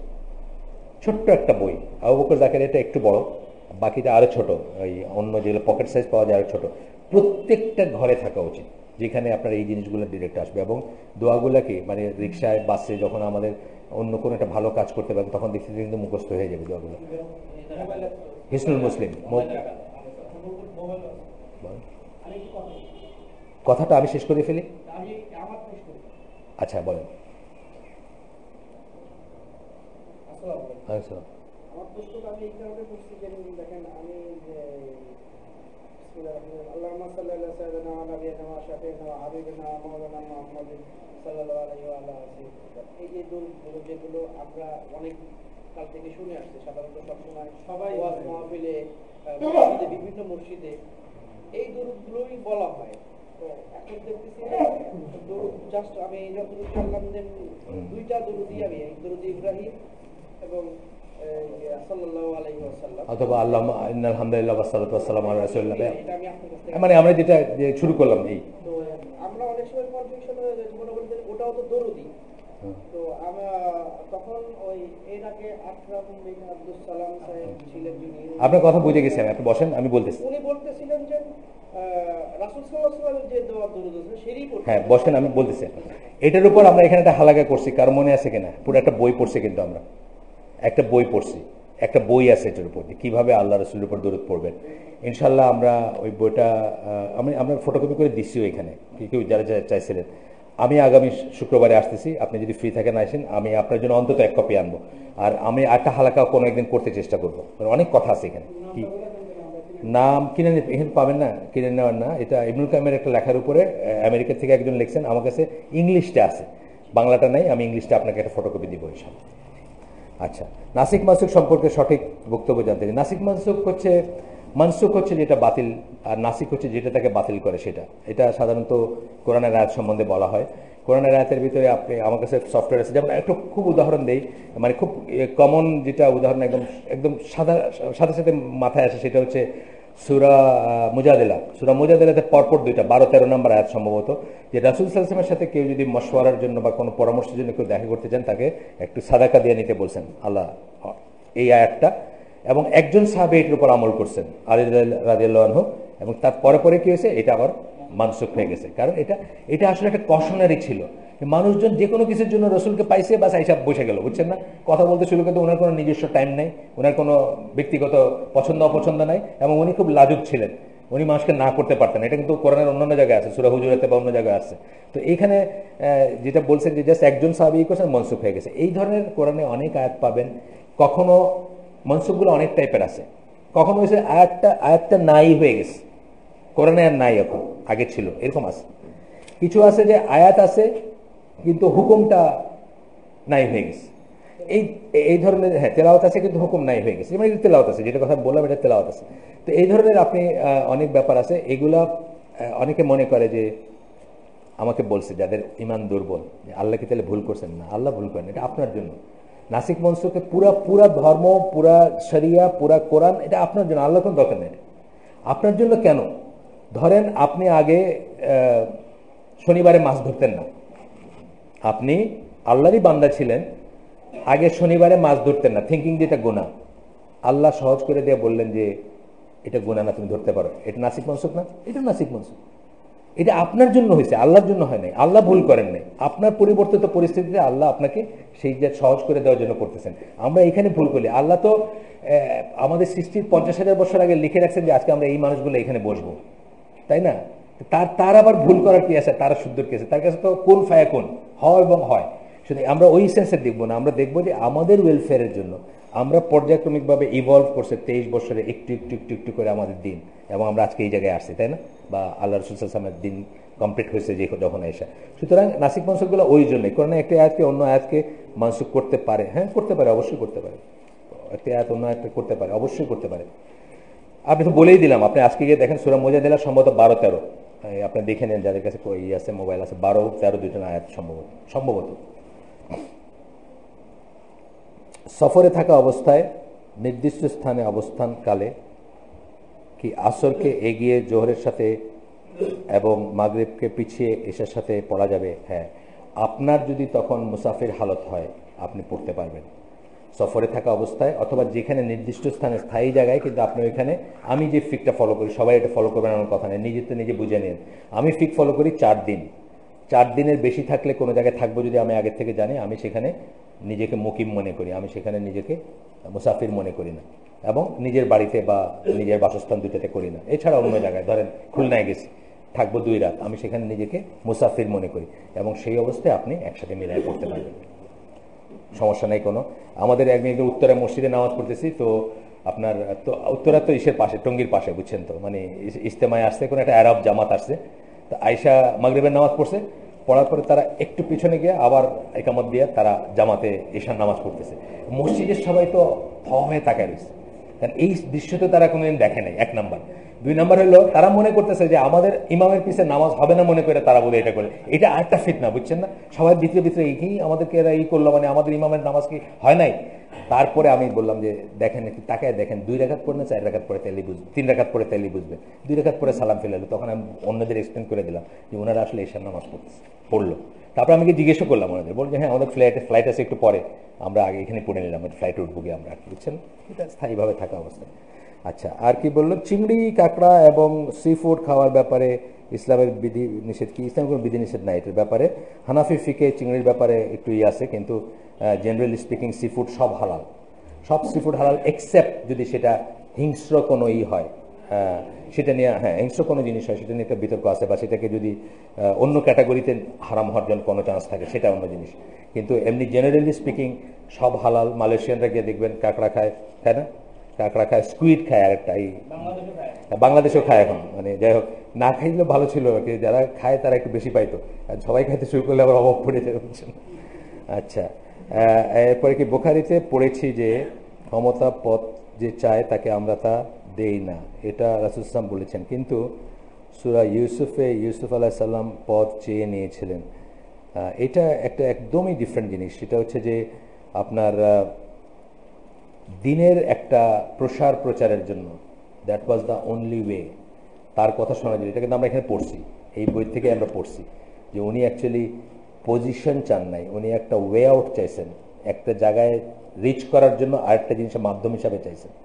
এখানে আমরা পড়ছি, এবং এটা কতক্ষণ যায় সেটা পড়ছি, কোন আলোকে যায়, যতক্ষণ আপনি অ্যাকচুয়ালি এই বিরুদ্ধে কিছু করতেছেন না, মানে বেসিক কিসে। ধরেন অনেকে আমাদের জিজ্ঞেস করে যে গভর্নমেন্টের চাকরি যায় কিনা, অনেক আছে, অনেকে মাথায় এটা আসে যে আমাদের গভর্নমেন্টের চাকরি, অফকোর্স যায়, যদি আপনার কাজটা না যায় না হয়। গভর্নমেন্টের চাকরি দিয়ে আপনার এখন একটা মূর্তির ইনচার্জ বানায় দিল এক জায়গায়, ধরেন এই ইউসুফ আলাইহিস সালামকে যদি তার সে মূর্তির ইনচার্জ বানায় দিত, এটা জায়েজ হইতো না। কিন্তু উনি কি নিছেন? শস্য ভাণ্ডার এবং ওই সমস্ত জিনিসের কৃষি মিনিস্ট্রি বা ওইসব মিনিস্ট্রি, ফিনান্স এবং এগ্রিকালচারাল এগুলারই নিচ্ছেন, এটা অন্য একটা রিজনে নিচ্ছেন আর কি। That was the best way to to give Allah's দাওয়া, একটা পদ্ধতি হিসাবে নিচ্ছেন, এবং এটা আজও জায়েজ আছে। আজও যদি আপনি আমেরিকান গভর্নমেন্টেরও চাকরি করেন, বিং অ্যান আমেরিকান মুসলিম, কারণ আপনার আমেরিকায় জন্ম হয়েছে, আপনি একজন আমেরিকান মুসলিম, এবং আপনাকে আছে তো, কিন্তু হায়েস্ট লেভেলে আছে মুসলিমরা। ধরেন এবিসিতে কাজ করতো মাইকেল উলফ, উনি ওই ক্যামেরাম্যান ছিল এবিসি, একটা টেলিভিশন কোম্পানির। ওই অবস্থা থেকে উনি যে দাওয়াতি কাজ করতে পারছে, আপনি আমি তো এটা কাছে যেতে পারবো না, ওই বিল্ডিংয়ের ভিতরে ঢুকতে পারবো না। এই যে সুযোগটা, এই সুযোগটা নেওয়ার জন্য আপনি করতে পারেন। আচ্ছা, বর্তমান সময়ে সরকারি চাকরি বৈধ, হ্যাঁ আলহামদুলিল্লাহ বললামই বৈধ, কিন্তু কাজটা যেন ইটসেলফ অবৈধ না হয়। আপনার এখন পর্যটনের অবকাশ হোটেলের ম্যানেজার বানায় দিল, মদ বেচবেন, এটা করবেন না, বুঝছেন না? হইতে পারে চাকরি, সরকারি চাকরি এটা, কিন্তু চাকরিটা কোথায়? পর্যটনের অবকাশ হোটেলের বারের ম্যানেজার, এটা তখন আর করতে পারলেন না। আচ্ছা, মহিলা মাদ্রাসায় চাকরি করা যাবে কিনা? এটা চাকরি তো বেসিক্যালি করা যাবে, কারণ আপনি এই নর্মগুলো মানবেন, যে পর্দার যে ইগুলো, এটা আর অন্যখানে, আমাদের না, অন্য জায়গায়, আমাদের তো 7:30টায়। আচ্ছা, ইমান আকিদা তৌহিদ তিনটি বিষয় কি একই? না, ইমান আকিদা তৌহিদ এক হবে কেন? তৌহিদ হচ্ছে ইমান হচ্ছে যে আকিদা মোটামুটি কাছাকাছি জিনিস। আকিদা হচ্ছে বদ্ধমূল ধারণা বা বিশ্বাস। ইসলামী আকিদার বিষয় যেগুলো, সেগুলো হচ্ছে ইমানের বিষয়। আকিদা কিন্তু যে কোনো, হিন্দুর আকিদা আছে না? হিন্দুর আকিদা আছে, বৌদ্ধর আকিদা আছে, বেদের আকিদা আছে, জাদুঘরের আকিদা আছে, বদ্ধমূল ধারণা তার ভিতরে যেটা। আপনার আকিদা হলো ইসলামী আকিদা। আপনার আকিদার বিষয়গুলো হচ্ছে ইমানের বিষয়। ইমানের যে 6টা বিষয়, যে 6টা, আমানতু বিল্লাহি মালাইকাতি কুতুবি রুসুলি ওয়াল ইয়াউমিল আখিরি কাদার খাইরি শারি, এই 6টারই শাখা প্রশাখা মিলে হয় একটা আকিদার সেট অফ বিলিফস আপনার, যেটা ওইটা। আর তৌহিদ হচ্ছে এর একটা বলতে কি, প্রথম যেটার জন্য সবকিছু, ইমান বিল্লাহ যেটা, হ্যাঁ, যেটার জন্য সবকিছু। আমরা কি বলি? আমানতু বিল্লাহি ওয়া মালাইকাতিহি বলি, বা তার মালাইকা, ওয়া কুতুবিহি, তার কুতাব, তাহলে তার জন্যই সবকিছু, বাকিগুলো আছে। ওইখানে যে তার অদ্বিতীয়তা, এবং ওনার সাথে যে আর কিছুর কোনো, there is nothing like him. আমি আগেও বলছি আপনাদের, তাওহীদের যাত্রা শুরু হবে কোথা থেকে? সমস্ত কিছু যা এক্সিস্ট করে একদিকে, আর আল্লাহ একদিকে, এবং আর কিছু আল্লাহর মতো না, এখান থেকে শুরু হবে যাত্রা। এটাকে আমরা তাওহীদ বলি। আল্লাহর অদ্বিতীয়, আল্লাহর একত্ব, বা আর কিছু আল্লাহর মতো না, আল্লাহর সাথে কিছু কম্পারেবল না, আল্লাহর কোনো নাই, অনেক কথা বলছি আমরা, এরকম আর কি, আলাদা জিনিস, এক না। ভালো বাংলা বই ইসলামী আকিদা আছে আপনার আব্দুল্লাহ জাহাঙ্গীর ভাই, যেহেতু হানাফি ফ্যামিলি থেকে উঠে আসছেন, বা হানাফিদের সাথে খুব উঠতেন বসতেন, বা মানে একটা ব্রিজ হিসাবে কাজ করতেন, ওনার বইটা আমরা বললাম যে এটা একটা সফট লাইন বই, ইসলামী আকিদা। এছাড়া আপনি আকিদার উল্টাটা শিরক। আমরা জানি ইসলামী লিটারেচারে সবসময় অন্ধকার জানতে হলে আলোকে জানতে হয়, আলোকে জানতে হলে অন্ধকারকে জানতে হয়, উল্টাটাও শিখতে হয়। সেই হিসাবে আমরা শিরকের এইগুলো জানতে পারি, শিরকের এইগুলো জানতে পারি। লুডো, দাবা, ক্যারাম। লুডো একেবারেই নিষেধ, দাবাও মোটামুটিভাবে নিষেধ করেন, ক্যারামটাও আঙ্গুলের খেলা দেখা, কিন্তু ক্যারাম হারাম পর্যায়ের কিনা আমি শিওর না, কিন্তু লুডোটা একদম নিশ্চিত হারাম পর্যায়ের, কারণ এটা আমি নিজে জিজ্ঞেস করছি। আমি আমার ফ্যামিলির জন্য ওই কিনে আনছিলাম, কি নাম এটা, মনোপলি কিনে নিয়ে এসে আমার এই ঢাকায় আনার পরে 50 রিয়ালের মতো, আপনার মানে 1000 টাকা প্লাস, এই তো মানে 2015 সালে ঢাকায় আনার পরে আমার একজন বললেন যে এটা তো হারাম। আমি তো নাসিম আল হাকিমকে লিখলাম, সৌদি আরবের, উনি স্ট্রেট বললেন যে এটা মানে শুকরের ডাইস দিয়ে যারা ডাইসের খেলা হচ্ছে, শুকরের রক্তে হাত চুবায় রাখার মতোই, এটা একদম নিশ্চিত হারাম। দাবাটা ধরেন ফর এক্সাম্পল, আমরা ইরানিয়ানদের ফিক নিচ্ছি না, কিন্তু ইরানিয়ানরা একসময় এটাকে হারাম বলছে, পরবর্তীতে তারা সেটাকে হালাল করে দিছে, এই জন্য যে এটা সময় নষ্ট অপচয় করাই। যে কোনো কিছু আপনার সময় নষ্ট অপচয় করলে এটা কিন্তু আরেকটা ক্লজে পড়ে যাবে। যেমন আমি আসিম আল হাকিমকে জিজ্ঞেস করছিলাম যে আমি স্ক্র্যাবল খেলি ইন্টারনেটে, স্ক্র্যাবল মানে ওয়ার্ড মেকিং গেম, তো এটা নিয়ে আমার একজন সন্দেহ ঢুকাই দিচ্ছে, এটা হালাল না হারাম। আসিম আল হাকিমকে জিজ্ঞেস করছি আমি, উনি বলছেন যে এটা পারফেক্টলি ওকে, যদি এটা আমার জীবনের সব সময় না নিয়ে নেয়, বা আমার একটা নেশায় পরিণত না হয়। আমি একটা গেম খেললাম আজকে, কালকে একটা, বা পরশু একটা খেললাম, বা খেললাম না 1 মাস, এটা কোনো সমস্যা নেই। এন্টারটেনমেন্টকে জায়েজ মনে করেন, কিন্তু কোন যে এন্টারটেনমেন্ট, যেটা হালাল এন্টারটেনমেন্ট সেটাকে, এবং ওয়ার্ড মেকিংটা এটার ভিতরে দোষের কিছু নেই, বা এটাতে অন্য কিছু আসতেছে না। আচ্ছা, আপনার লেকচার শোনার প্রতি আমি বরাবরই দুর্বল। আপনার স্কুল কার্যক্রম এক প্রকার ইসলামের খেদমত। আমার জিজ্ঞাসা এই যে আপনার স্কুল কার্যক্রম তা আরও ছড়িয়ে দেওয়ার ইচ্ছা আছে কি? অফকোর্স আছে, থাকলে আপনার সহযোগিতা পাইতে পারি কিভাবে, দয়া করে জানাবেন। যেখানে ইচ্ছা, আমার সমস্ত কাগজপত্র কি বলবো, মানে নথি, অ্যাডভাইস দরকার হলে আপনার টিচারকে নিয়ে আসেন, তাকে আমরা ট্রেনিংও করে দিব ফর ফ্রি। অবশ্যই চাই আমরা অবশ্যই চাই। আমরা কি বলছি? আমরা বলছি যে আমরা আলেম বানানোর জন্য স্কুল খুলি নাই, আমরা মুসলিম হবে এবং মুসলিম থাকবে ইনশাল্লাহ, সেই জন্য স্কুল খুলছি। বেসিক জিনিসটাকে আমরা শিখাই দিব। 1 থেকে 12 বছর বয়সে বাচ্চাদের মাথায় যেটা ঢুকে ওটা বাইরে হয় না।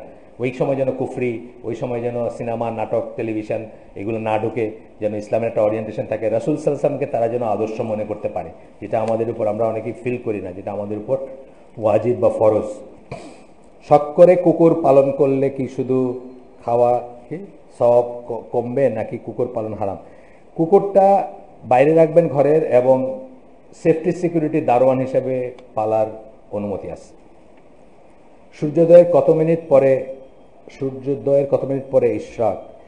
এটা রাফলি ধরেন 15 মিনিট, 12 থেকে 15 মিনিট পরে। অফিসের বস কর্মকর্তা প্রবেশ করলে দাঁড়িয়ে সম্মান করা হয়, এটা কি শিরক? না হইলেও এটা ঠিক না। শিরক হলো যদি আপনি কি মনে করতেছেন তার উপরে। আপনি যদি মনে করেন যে সে আপনার দণ্ডমুণ্ডের কর্তা, বা তাকে এটা না করলে আপনার জান চলে যাবে, বা মানে আছে না, লেভেলটার উপর ডিপেন্ড করে, বা সে আপনার কাছে এটা ওইভাবে ডিমান্ড করে, সে এটা আপনার কাছে রিলিজিয়াস পয়েন্ট অফ ভিউ থেকে ডিমান্ড করে যে তাকে আপনি ওই পরিমাণেই করেন, এটা রাসূল সাল্লাল্লাহু আলাইহি ওয়াসাল্লাম একটা নিষেধ। আমরা যেন তাকেও সম্মান না করি এইভাবে, এবং এটা কোনো ভালো মুসলমানের না।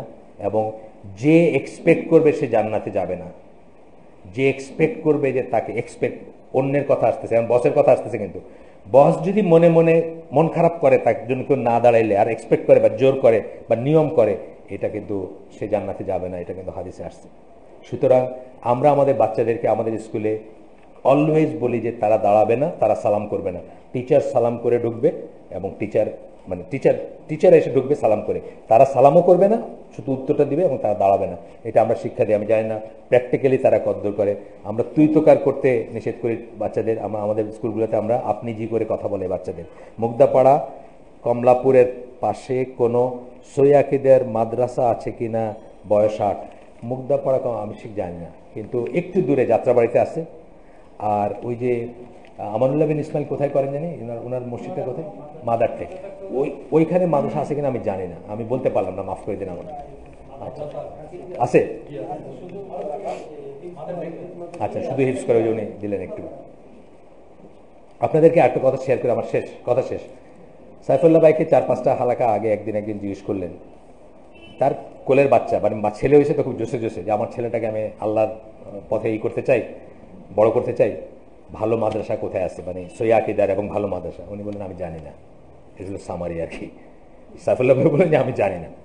তা আসলে অবস্থাটা কিছুটা এরকম 100% না হলে, তারপরেও আছে নওদাপাড়ায় যে এই যে আব্দুল রাজ্জাক বিন ইউসুফের যে মাদ্রাসাটা খুব নাম শুনি আমরা, বা এরকম আরও জায়গায় আছে যেগুলোর নাম শুনি, যাত্রাবাড়িটার নাম শুনি আমরা খুব, কিন্তু আমি পার্সোনালি কোনো বলতে পারবো না যে এটা এরকমই। আকরামুজ্জামান ভাইয়ের মাদ্রাসা আমি একসময় পড়াইছি, ভলান্টিয়ার হিসাবে অনারারি পড়াইছি 2007-08-এ। ওইটাকে আমি ভালো মাদ্রাসা মনে করি, কিন্তু কোনো মাদ্রাসায় বাচ্চাদেরকে থাকতে দেওয়াটা আমি এটা একদম দুনিয়ার কোনো মাদ্রাসায় আমি এন্ডোর্স করি না। যদি আপনি ওই লোকটাকে না, ও যদি খুলে আমি দিব আমার বাচ্চা, ধরেন আপনি খুললে দিব, কিন্তু হুজুরে খুললে আমি দিব না। কারণ আমি দেখছি যে মাদ্রাসাগুলা খুবই সমস্যাযুক্ত আর কি, সারা দুনিয়াতেই আর কি। সারা দুনিয়াতে বলতে মানে আমাদের দেশের কথা বলছি, আমি অন্যগুলা সৌদি আরবের কথা বলতেছি। আমার দেশেরগুলা আমি মানে খুব ভয় পাই বাচ্চাদের মাদ্রাসায় দিতে আর কি, because of other things are কি। আমরা শেষ করে দিই আজকে। সুবহানাকা আল্লাহুম্মা বিহামদিকা আশহাদু আল্লা ইলাহা ইল্লা আনতা আস্তাগফিরুকা ওয়া আতুবু ইলাইক। আমরা যা শুনলাম এর ভিতরে যদি উপকার থাকে কিছু, সমস্ত প্রশংসা আল্লাহর, আর অপকার থাকলে সমস্ত ব্যর্থতা আমার এবং শয়তানের।